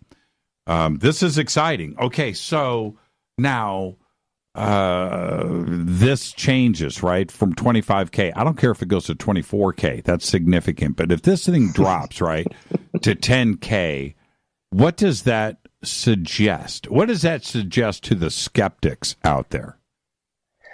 Well, to hardcore skeptics, I mean, it doesn't suggest much because it has to be replicable. And, there's always this potential that I didn't do the experiment. If you ignore all of that, basically what you're seeing is an anomalous retrocausal effect, meaning for some reason, the control vial would have stayed the same, whereas the subject vial or the test vial would have a different impedance measurement that cannot be accounted for. And so, we can talk more about what this actually means after the experiment is done, because I don't want to talk about the results yet until after it happens. So we can't affect the timeline, right? No, we can't. No, we can. We can affect the timeline, but we don't want to confound the timeline. Let's put it that way. So the number, everybody, that I want you to focus on it's a simple one, 10K. Vial A that was set aside yesterday at 8:10 p.m. at 4/8/19. I want you to think about Adam Curry. I want you to think about Adam's lab. Plug all of this into your mind, and 10K. All right, that's what we're going to do. This is going to be pretty fun. This is going to be pretty fun. Let's do this, and this is also live radio. And somebody who doesn't have a real name on Twitter just said, he could just be lying too. Now, yeah, right. maybe she's or he. It says RN. Maybe I'm lying. What? I don't know. 10K. That's the number. 10K. I want everybody to concentrate on it. I want this to happen. I really do. And Adam, before we head to the break, we've got about a minute and a half. What about the situations that seem to happen, and maybe it's happened to you, time slips, where somebody sees something on the side of the road, it's a house, or they see a school, and they've grown up in this town, and things suddenly seem a little sepia tone and black and white, and they drive back down the street the next day, and the school is gone, right? And the memory comes back to the way it should be, right? The reality, where they've driven through something where temporarily things have shifted for them. This isn't suggestive memories. This is something that seems to happen, and it's happened to me. How do we explain that? Wow. Well, different people would have different explanations. It could be that if we live in something like a holographic universe, that if you're flexible with time, which you might be able to be, then that same physical space could be coming through or decoded in your consciousness, but from, 50, 60, 70 years ago. Well, okay. For instance, and before we go to a simple explanation, things can get a little bit complicated. Years ago, I had somebody on the show that said that they were on vacation with the family. They were out in the desert, I believe in New Mexico, on their way to the Grand Canyon. They're at a river. She looks across the river and sees a reenactment going on. She's reading this sign, in 1870, there was this going on across the river.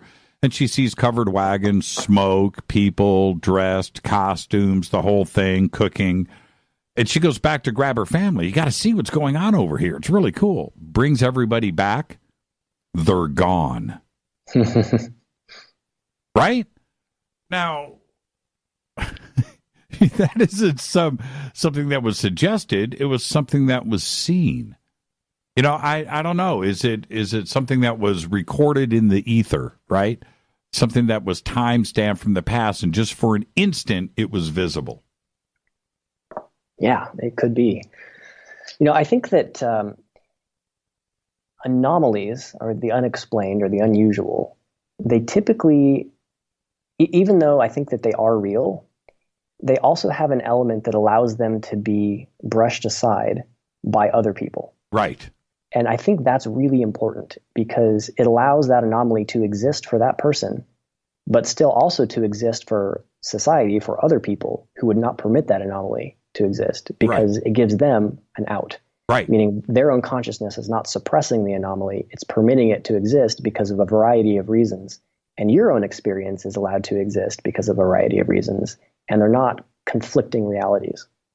Let's take a break right here. I want everybody to concentrate on Vial A, Adam Curry, 4819, and I want you to think about 10K.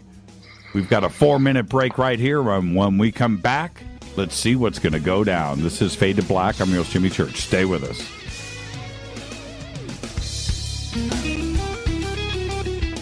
Hi, everybody. This is Rob Halford, the Metal God, on JimmyChurchRadio.com.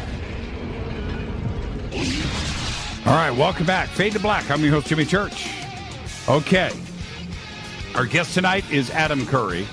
We've got this experiment that we're doing with everybody. I want you to concentrate. All right, on Vial A from 4819 yesterday, Vial A, I wanted everybody to concentrate on 10K. I've just posted up in Twitter everything that you need to see that Adam just sent me, which is the baseline measurement. You can see it starts off at 25K right there. And there's that. And then the sample A measurement. You can see that. There is sample A. And that chart is up. And then, of course, the coolest part, there is the setup for the experiment with the 2 vials and the water right there. So thank you for doing all of that, Adam. And, okay, we went through 5 minutes of commercials, and hopefully we had everybody concentrating. I know that they were. Are you measuring now, or did you already measure? Already measured. Okay. All right. So the measurement was made yesterday. So we had 5 minutes yesterday where I was expecting everyone would send their intentions back in time to affect the device. And then I measured with the EIS, the impedance. And so the baseline, which is that first image,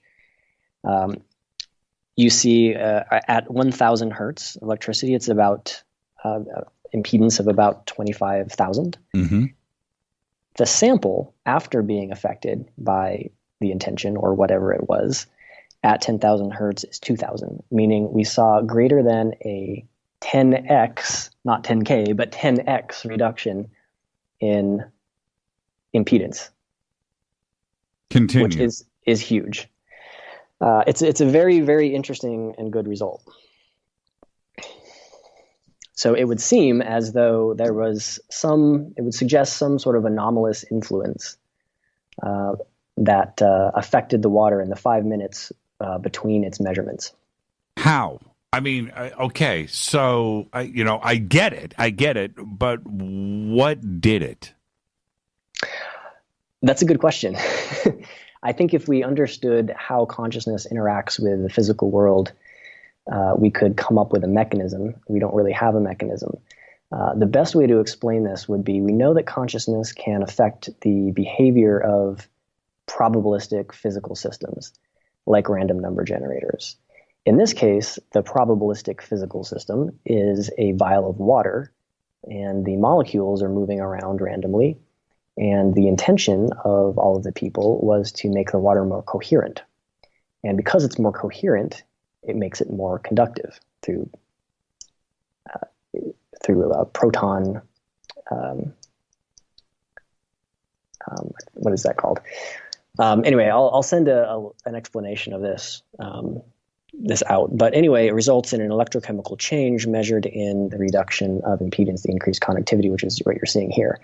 Now, how that works with consciousness affecting physical reality systems in the past, we don't really know, other than it could be that time is kind of illusory, meaning you might have influences from the point of view of the present yesterday from the future, or from our present going back into the past. Now, the reason why I do this experiment in the first place is to get people thinking that this parallel worlds explanation might actually not be necessary. And in fact, you could have a much more simple kind of explanation for how something like the Mandela effect could exist by thinking of the past in probabilistic terms, meaning that all you need in reality is consistent histories and probable futures. Consistent histories are perhaps fungible even by consciousness, so long as it's consistent to explain the present moment. Isn't that more profound than parallel worlds or the multiverse? I think it's more profound. I also think it is a better explanatory framework for a number of anomalies that we see. Not anomalies, altering history. Yeah. I'll give you a story that got me thinking along these lines. And this goes back about 10 years. When I was in college, I was taking a lot of creative writing classes. And one day, after a physics class, I think I was feeling really creative. And I walked into the library and I wrote a short story. Just kind of randomly decided to go to the library and write a short story. Printed it out, kept it in my notebook, forgot about it. The next week, I was in a creative writing class and we were workshopping our stories. And I realized that I had forgot the assignment. I didn't write a story. But then I remembered that a week ago, for some reason, I decided to write this story. So then I tried to mentally send a message to myself in the past to write that story. Like, imagine myself walking into the library and write that story and print it off and put it. So you see where I'm going. Right? Yes. It makes you think, right? Did I have some sort of retrocausal effect on myself to create that story so that I would have it in the future? Or was it just coincidence? And I mean, I think that's really the question, but looking at it from the point of view of causal symmetry and time symmetry, I think we have maybe a much better explanatory, more simple explanatory framework than gazillions of universes splitting off. Well, okay, let's examine this for a second. And like going back to the movie Shazam, right? Mm-hmm. That it didn't exist. But the power of suggestion and everybody getting on this thought started to manifest the past and created Shazam in the past when it didn't exist. That's what you're suggesting, right? Well, it either affected the movie existing or not existing, or, and this is a wholly different way of looking at the Mandela effect, we could have influenced our own memories to misremember something in order to create the meaningful phenomena of Mandela effect. So you would never really know. And this meaningfulness is really important to understand when it comes to mind matter effects or anomalies in general. And that's that unusual things seem to happen around meaningfulness. So for me, with that story, it was meaningful for me to have to not miss the assignment, right? For many of us, it's perhaps meaningful to have some actual scientific verification, you may or may not believe it, into something like affecting the past. And from that point of view, if you expand it further, you have to look at the purpose of something like the Mandela effect in society. Is it that we are actually running in different timelines or affecting the past for reasons we can't explain? Or is the Mandela effect something that we're creating in order to create meaningfulness around questions of our very existence, around what is time, who are we, is the past fungible, can we look at the world in a different way? And that's kind of the meaningfulness, or some philosophers call it teleology, the teleological pull that could be creating something like the Mandela effect. And it's showing up in these different ways. This was just sent in 2 minutes ago. I want to read this to you. This is from R. Warren Harris on Twitter. It says, I will never forget arriving at work 1 hour before I left for work. I had a subway transfer from the future, and I had tried calling myself at home because my other self would have still been there. I didn't connect with myself, but for a moment there were two of me. That's wild. Yeah, that's real wild. That's real wild. That's a good one. That's a real good one. With all of my sensational memories and thoughts and experiences that I've shared on the air, and I'm asking people to just at least listen to what I have to say, right? And I read something like that, I just have to go, okay, all right, okay, could have happened. I'm never going to dismiss anything because I've gone way further than this. Like my Hindenburg thing over the apartment. I'm really asking people to listen, not to believe. But my experience was my experience, and then doing the research and finding out that there was nothing in the air for, at that point, 45 years or whatever that was, 35 years, that there had been nothing, then that puts me in a weird position. And I don't care, Adam, what people think. I'd rather share the experience so other people can, possibly search their memories for something similar, and we can share those experiences. And when I do that, or like with you right here on the air, wouldn't you want to collect that data? You know what I mean? Get everybody together and go, was there something strange in your life that you remember that wasn't correct? Right? Can you send me that information, whatever it is, where you were, just something that didn't fit? And just go back, and you probably just thought it was just a memory and it was just no big deal. But let's collect this information together, a lot like the Mandela effect. That's right. I am very interested in how unusual things become usual things. And you can think of it entirely differently through the experiment that we just did. and through many of the comments made today. For example, looking at UFOs, it's pretty wild for somebody to see unexplained lights or a craft or something like that from the point of view of consensus reality, meaning the normies, right? So day-to-day life. But so many people see them, just crazy numbers of people see them. And I think that partly has been due to the fact that it's okay for people to experience something like seeing an unusual craft because the rest of consensus reality, meaning that all of the cumulative consciousnesses, permit that phenomena to exist because they have outs, meaning they can say things like, oh, well, you're crazy, or, oh, it was just headlights, or swamp gas, or weather balloons, or a myriad of other things that allow them to dismiss and handwave that phenomena. But to a growing number of people, it's very, very real. And I think that it is actually real, right? And the question of UFOs is, I think what we're seeing with UFOs is it's moving away from the realm of anomaly and into something that is really a feature of our consensus reality, right? Sort of our world. And that's really going to change a lot of stuff. And because it's going to change a lot of stuff, you have a lot of this pull kind of from a future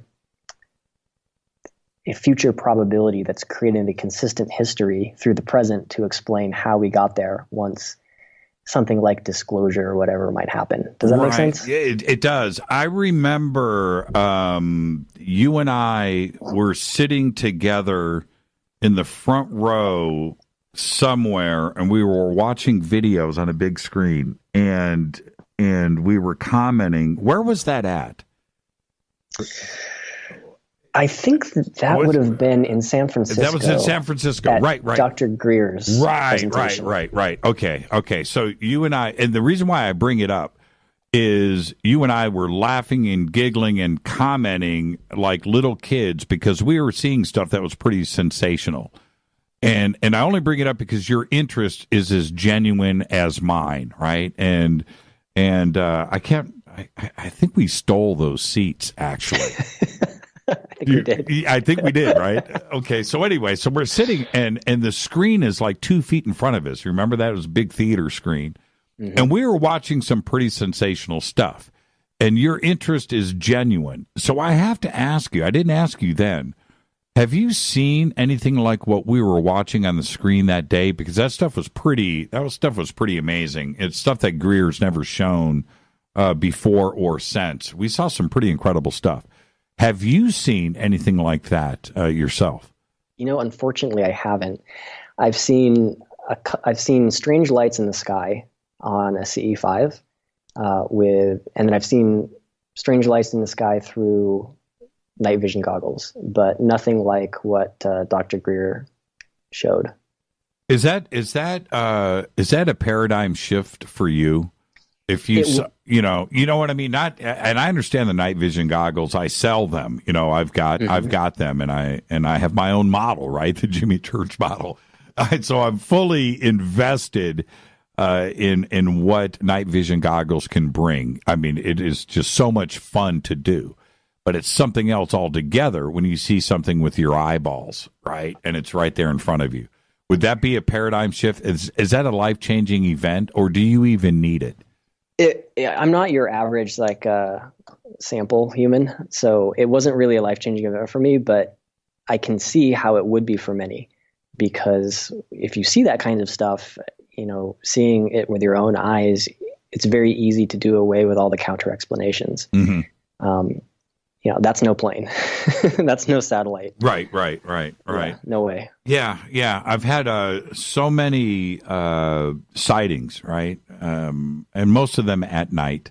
I've had a couple of daytime, but I had the Holy Grail sighting, the daytime, crazy, insane, real UFO, and this was with about 20 people were with me. We were up at ECETI.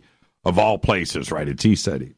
But it wasn't at night. It was like 3 o'clock in the afternoon and daytime. And I don't have any other way to explain it, but it was like a 400-foot tall black beer can, vertical, right? And I just visualize that, right? A cylinder, wow. but vertical, not horizontal, vertical. And it was spinning, and it had this silver round circle on it that was huge. So if this thing is 400 feet tall, the circle is, 100 or 200 feet in diameter, and it is spinning. It's like a logo, but it wasn't, right? But anyway, imagine that, right? Like a black beer can spinning pretty fast and moving from left to right across the sky, and it lasted about 15 seconds and then disappeared. And I didn't get to see it disappear. Everybody else did. I was going between binoculars and my eyeballs, right? Getting off of the binoculars and looking at it. And when I went back to the binoculars, it was gone. So I didn't see it disappear. Everybody else saw it. But that back to that kind of situation where it's not a nighttime thing, it's not night vision. It was the Holy Grail. It was like that, just as I described it to you. And I can't say what that was. I have no idea. Us, them, I don't know. And that was changing. That was life-changing for me. That was something that I still cannot get out of my mind. Thank goodness we had witnesses that were there. And I even have a really cool video. You know what? Check this out. You know what? I just got this video. Let me find it. I have the video here, believe it or not, of the moment that the sighting happened. Okay? And what's funny about the video as I pull it up is you don't see the object. Okay? What you hear is my reaction telling everybody what just happened and to shoot video, right? I'm telling everybody to shoot video. And it's pretty incredible. Let me pull it up here. Here is this it? Stay with me. I've got so many things on my desktop here. But I am going to play this. You know what? Let me do this search here. And so when I had forgotten about, here it is. I had forgotten about what I had said. But here it is. I'm going to play it right now. This is my reaction. Oh, tell me somebody took a picture. I swear to God, I will shoot everybody here. It's disappeared now. Oh, no, there it is. I got it. I got it. Give us a position, Where? man. No, that's a bird. No, the UFO wasn't a bird. No, that was shimmering. That was glinting. It was a ball. It was huge. Okay, who shot it? That was the moment that thing happened. Isn't that crazy that somebody shot a cell phone video? That was Lucinda. Mm. Yeah. Everybody. So that's what kind of dick I am in public. I will shoot everybody here. But yeah, how crazy is that? How crazy. And you can hear the crowd around me, right? And did you hear somebody else say it was shimmering? Yeah. Mm-hmm. Yeah, here it. I'll play it again. Tell me somebody took a picture. I swear to God, I will shoot everybody here. It's disappeared now. Oh, no, there it is. I got it. See, right then I was back on the binoculars. That's a bird. No, the UFO wasn't a bird. No, that was shimmering. That was glinting. It was a ball. It was huge. Okay, who shot it? So that's it. That's the video clip right there.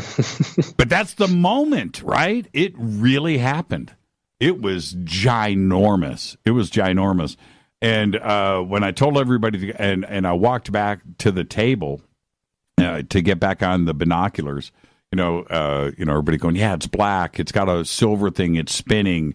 And then that video was after I jumped up after it disappeared, and I said, did somebody, tell me somebody shot it. And, pretty incredible. I actually have a JPEG here. I should post this. I never did this before. Yeah, I have a JPEG here. I'll post this up too as well. All right, let's take a break. You want to take some phone calls when we come back? Sure. Let's do that. Our guest tonight is Adam Curry, the Mandela Effect. Let's take a quick break right here. This is Fade to Black. I'm your host, Jimmy Church. And 747-228-2051. 747-228-2051. I'll be right back with Adam and your phone calls right after this. Stay with us.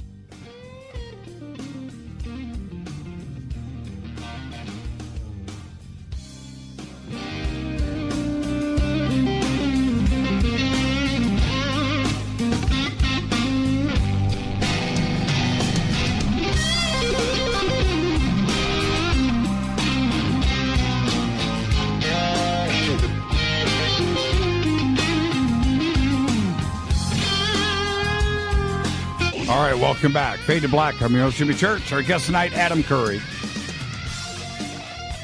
Just did that amazing test experiment live on the air. That was a lot of fun. We got everything posted up. The results, they're all up there in Twitter. I've opened up the phone lines, 747-228-2051.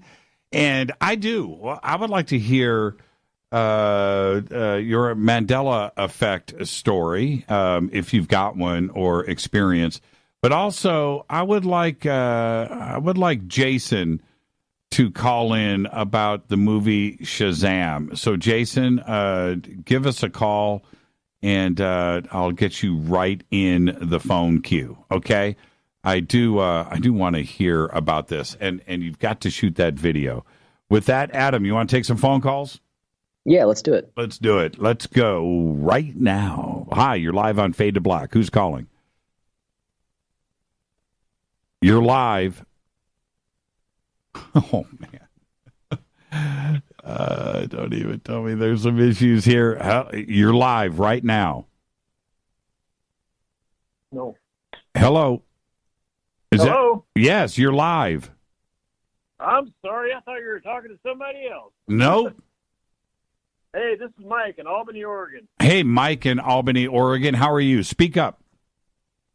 Okay, I've got you on speakerphone, so yeah, we'll see if I can get it with Yeah, take me off speaker. That's the issue. But remember, Mike, okay. we're live on the air. So, okay. So I've got a situation that happened. I'm not really sure if it's Mandela related or what the heck it was, but my girlfriend and I have been going to the local farmers market every year. Opening day, we're always there. Right. Well, we're driving up to it, and it's kind of raining a little bit, and right on the side of the street where it's at, we look over and there's nothing there. It's just an empty parking lot. So of course, we think they decided to cancel it because of the rain. And when we get home, and she's looking on Facebook, and they're showing all these people there and serving cupcakes and all this other kind of things there. And so, of course, I assumed that it was pictures from last year. But then when we got to talking to them the next time I went, I asked them, I said, well, where were you guys last weekend? They said, well, we were right here. And she had a beautiful sunny day. We had cupcakes. We had all the same vendors, everything. Everybody was here, but we were right there, and it wasn't there for us. It was an empty parking lot, and that's exactly yeah. And Adam, thank you for the phone call, Mike. Adam, when you hear something like that, what could and you're a man of science, right? How do you explain that away? Yeah, you got me there. But one thing I think is interesting is these types of reality shifting experiences tend to be more profound and less explainable the fewer people are involved. We talk about Mandela effects, and these are collective misremembrances or collective experiences of a different timeline or reality. Right. But I think they tend to pale in comparison to some of the first-person experiences that one or maybe two people have on their own. And to me, I think that's significant and related to what we were talking about before, where it's easier to experience unexplained, unconventional, unlikely things if it's not a shared experience among many, many other people. Right. Well, you go to the flea market and it's an empty lot, and you get home and everybody's partying there and posting pictures. And that's pretty bizarre. That's pretty bizarre. I've had a couple of experiences very similar to that. And again, singular, with a few people as opposed to millions. Let's go back to the phones. Hi, you're live on Fade to Black. Who's calling? Hey, this is Mike from Michigan. How's it going? Hi, Mike from Michigan. Say hi to Adam. Hey, Adam. How's it going? Hey, Mike. Good. What have you got tonight, Mike? I want to tell you guys what I think is happening with the Mandela effect. Okay, what's happening? Okay. Back in the 50s, George Van Tassel. Uh-huh. The Integratron. Yep. Well, he went on the some kind of TV broadcast back in the 50s. It's on YouTube. What he said he was doing, he was taking and coupling in to the Earth's magnetic field. What he was doing, he was pulling back old TV and radio broadcasts. From 7 years prior. Yes. You got it. Yeah, it's an amazing interview. Adam, have you seen the I think that interview actually was 1964.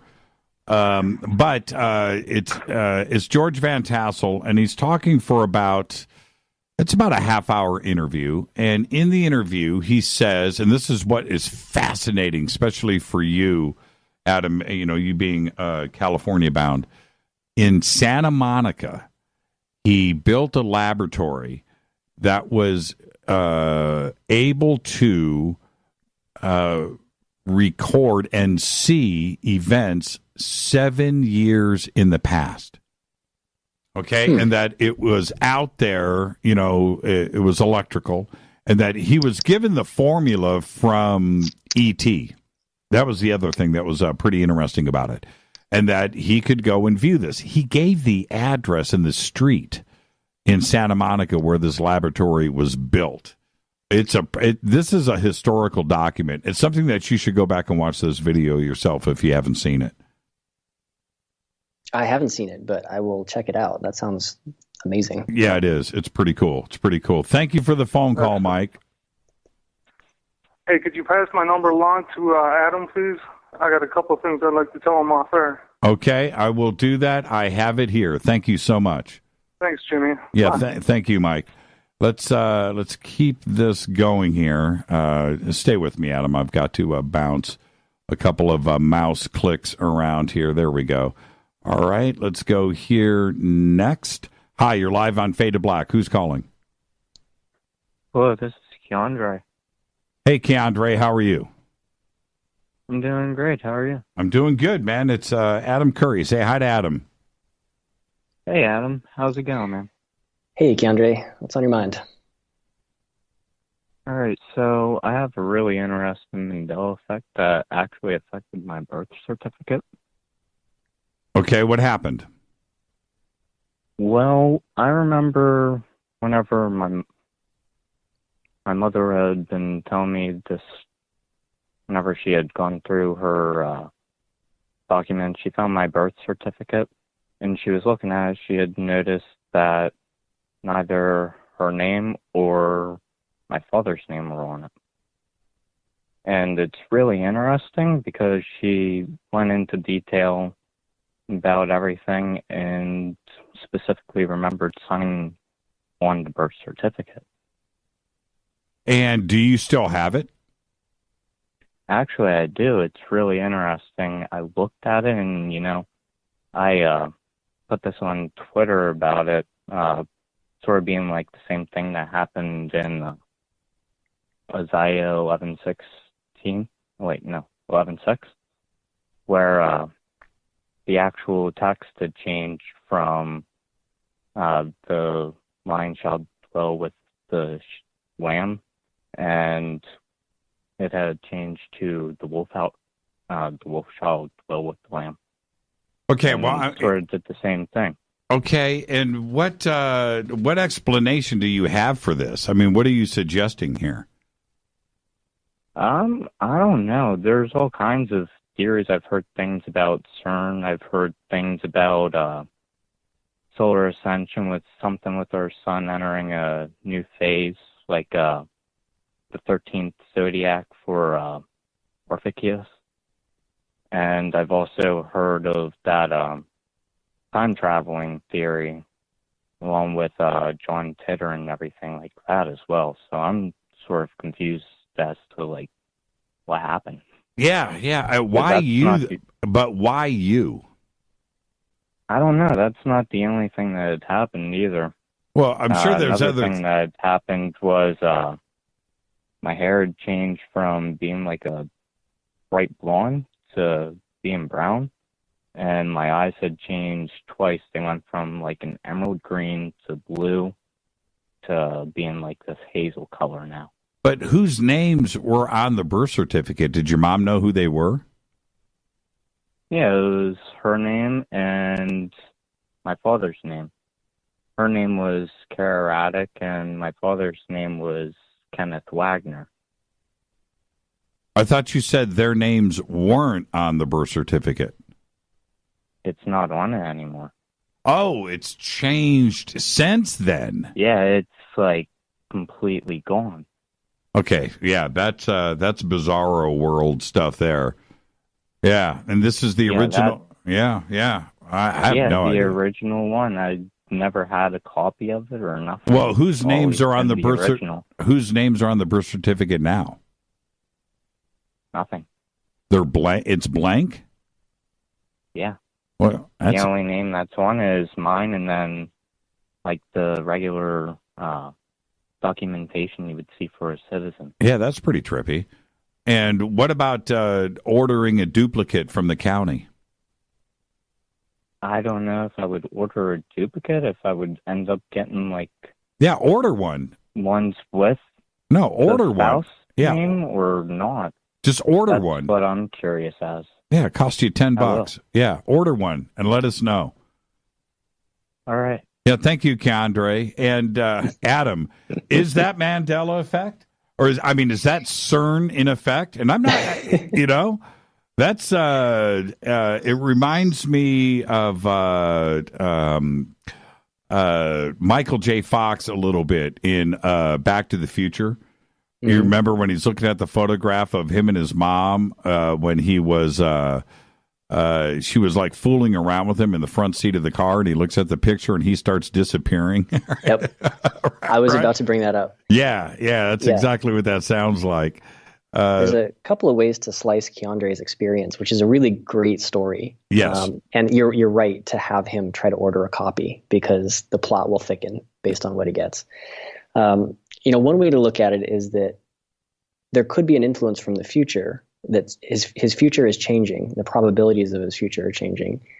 And as a result, there needs to be a consistent history to explain it. Now, what that is, we don't know. But hypothetically, let's say that Keandre learns that his parents aren't really his parents, right? And what is the consistent history that lines up with that? Well, it might be something as obvious as changing the birth certificate. I'm not saying that's what's happening, but that could be a way of looking at it. Mm-hmm. Another way of slicing this is to ask this question: what purpose does the anomaly serve? In this case, does the fact that the Bizarro thing with the birth certificate serve a purpose to Keandre? Maybe these types of strange things are happening to him because he himself is changing and growing as a person. But it's really the changing and growing as a person, that sort of pull from his probable future in some different direction, that's creating, in his case, unexplained and weird phenomena, so that he goes down he deep dives into thinking about reality and himself and everything completely differently. Yeah, and then other names appear on the birth certificate. Right. So in that case, purpose is the cause. Yeah, right. Let's go back to the phones. That's a pretty trippy thought. Hi, you're live on Fade to Black. Who's calling? Hello? Yeah, you're live. Oh, hi. This is Natasha. Hi, Natasha. How are you? Good. I'm calling from Tennessee. I was calling first time I've ever called. I'm kind of surprised I even got through. Yeah, right on. Well, we're happy for you, Natasha. What have you got for us tonight? Say hi to Adam. Hi, Adam. I was calling to talk about the Mandela effect, too. I had one when I was a kid myself. When I was a child, we had one, like, the one I remember when I was a kid was when, hello? Yeah, we're listening. Oh, we lost you. She came in once. She said hello and then disappeared. Okay, so with that, I'll just go to the next caller. Hi, you're live on Fade to Black. Who's calling?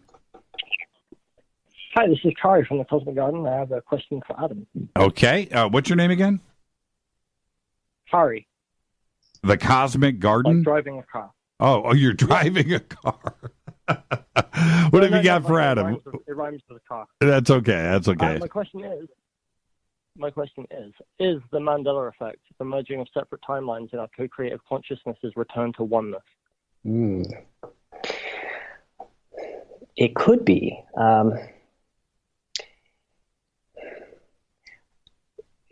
That's a really interesting idea. However, I think that you could make a counterexample to which I'm a little more sympathetic. And so basically his point was that you could think of each individual as having their own bubble reality. And you could think of different groups of people, maybe a family, as having their own sort of shared reality experience, which is like a bubble reality. And then you can expand that to talk about, a geographical area, a city, a country, a company. And so you have these different kind of overlapping bubble realities, and you can draw arbitrary lines around them. And as these become as we have more and more of a shared experience, as the world becomes more flat, there's a decoherence or a reconciliation of overlapping realities on top of each other. And that resolution of those overlapping realities an effect of that is what we call the Mandela effect. That's a really elegant way of looking at it. I like it. I actually think that half of that is true, but in the other direction, meaning we're not coming more together so much as a species. We are in a way, but the myriad overlapping consciousnesses or bubble realities are actually diverging. The most extreme example of this would be the breakaway civilization, right? That concept that there's groups of humans that have gone off into space. So They live in a bubble reality that's so much different than ours, right? And so all kinds of crazy things can exist for them. Right. But for us, you have to divide it different ways. We're not really the normie types, so we can see weird things in the sky and do retrocausal consciousness experiments and all this kinds of stuff. And I actually see that trend continuing, meaning that a planet is maybe something like a launch pad or a jumping off point for different bubble realities at different stages. However, the fact that there are and there does need to be an overlap of individual and collective realities is, I think, a really important point to understand when it comes to sort of how one person's experience can be different from another, but they're they both have true qualities to them. Let's put it that way.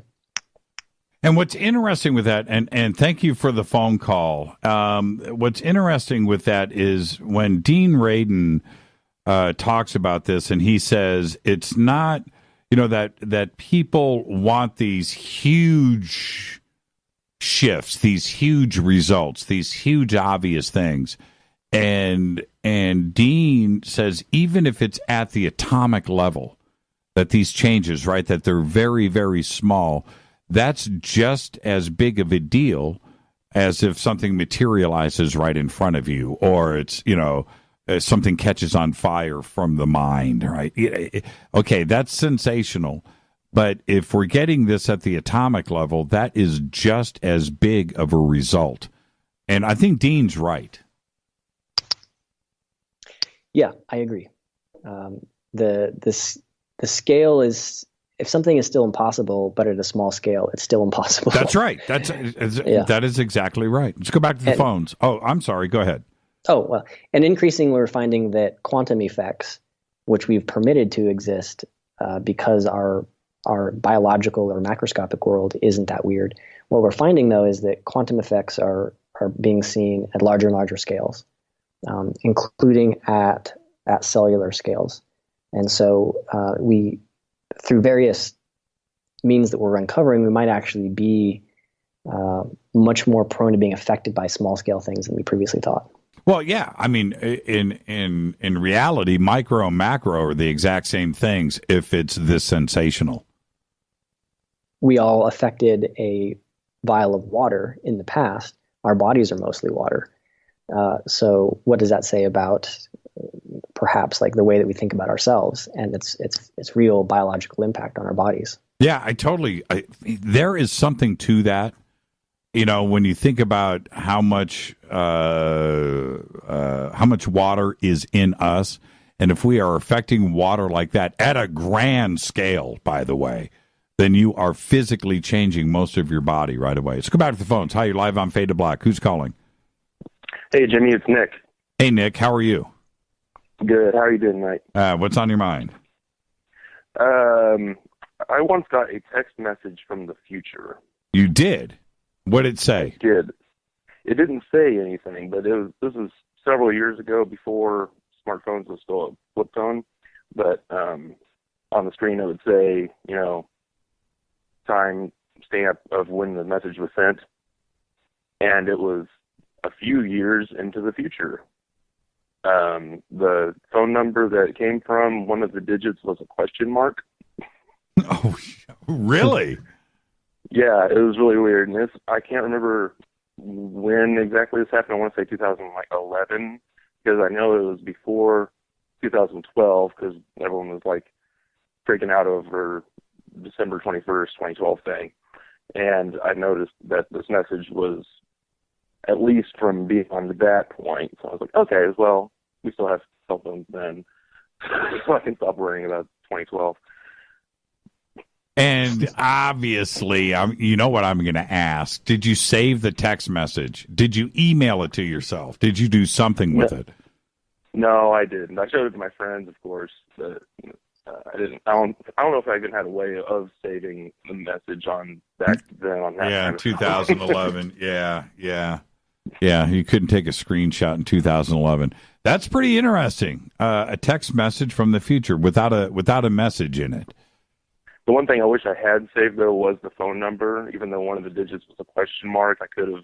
You had 10 chances of getting it. 10 chances, Right. exactly, and could have called all the school and hey, is there any chance that you would know me in the future? Oh man, that is just awesome. I know, right? Well, Nick, the next time it happens, you know what to do. Absolutely. Thank you so much, and you'll man. Be the first to know. I know. Thank you. Thank you, Nick. And isn't that fascinating right there? A text from the future. You know what I did get, Adam? I posted this on Facebook last month. I got an email from PayPal in the future. Yeah, it was funny. It was like, it was a spam email trying to get me to click on the link, right? But it had the wrong date on it.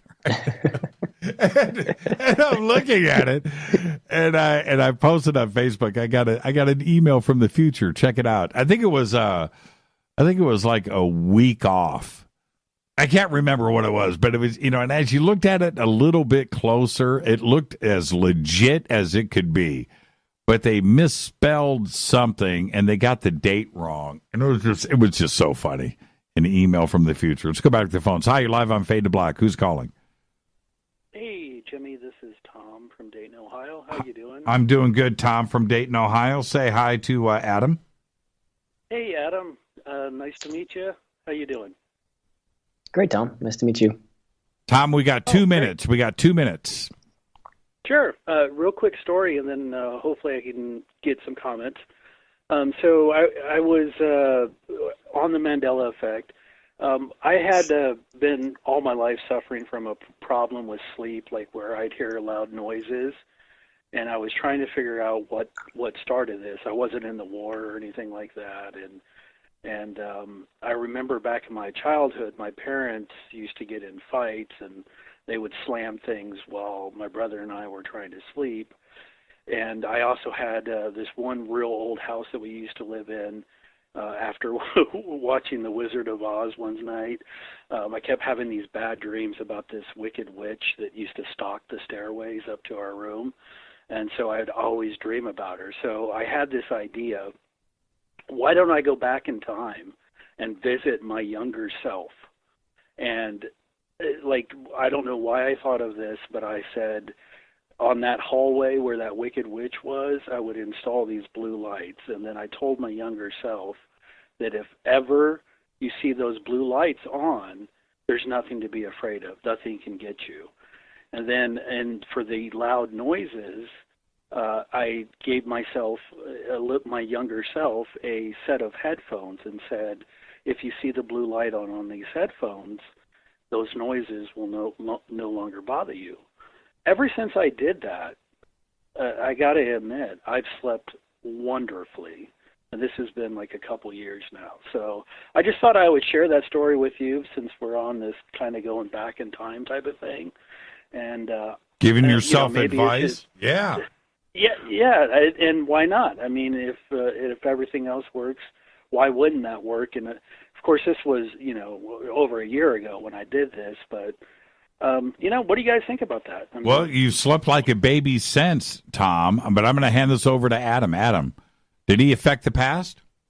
Well, you very well may have. You can never really disentangle retrocausality, or affecting the past, with a precognition or responding to something that's an information from the future. In some ways, they're both happening at once, just different ways of talking about the same event. But I think that, maybe for the audience, start playing with this idea of visiting yourself in the past and giving yourself messages, and maybe even go a little further and start visiting things mentally in the past and trying to find evidence for it in the future. Sounds a little crazy, but sometimes the results are very interesting. What you're doing is you're affecting the consistent history to create a new consistent history that's more congruent with, the present reality.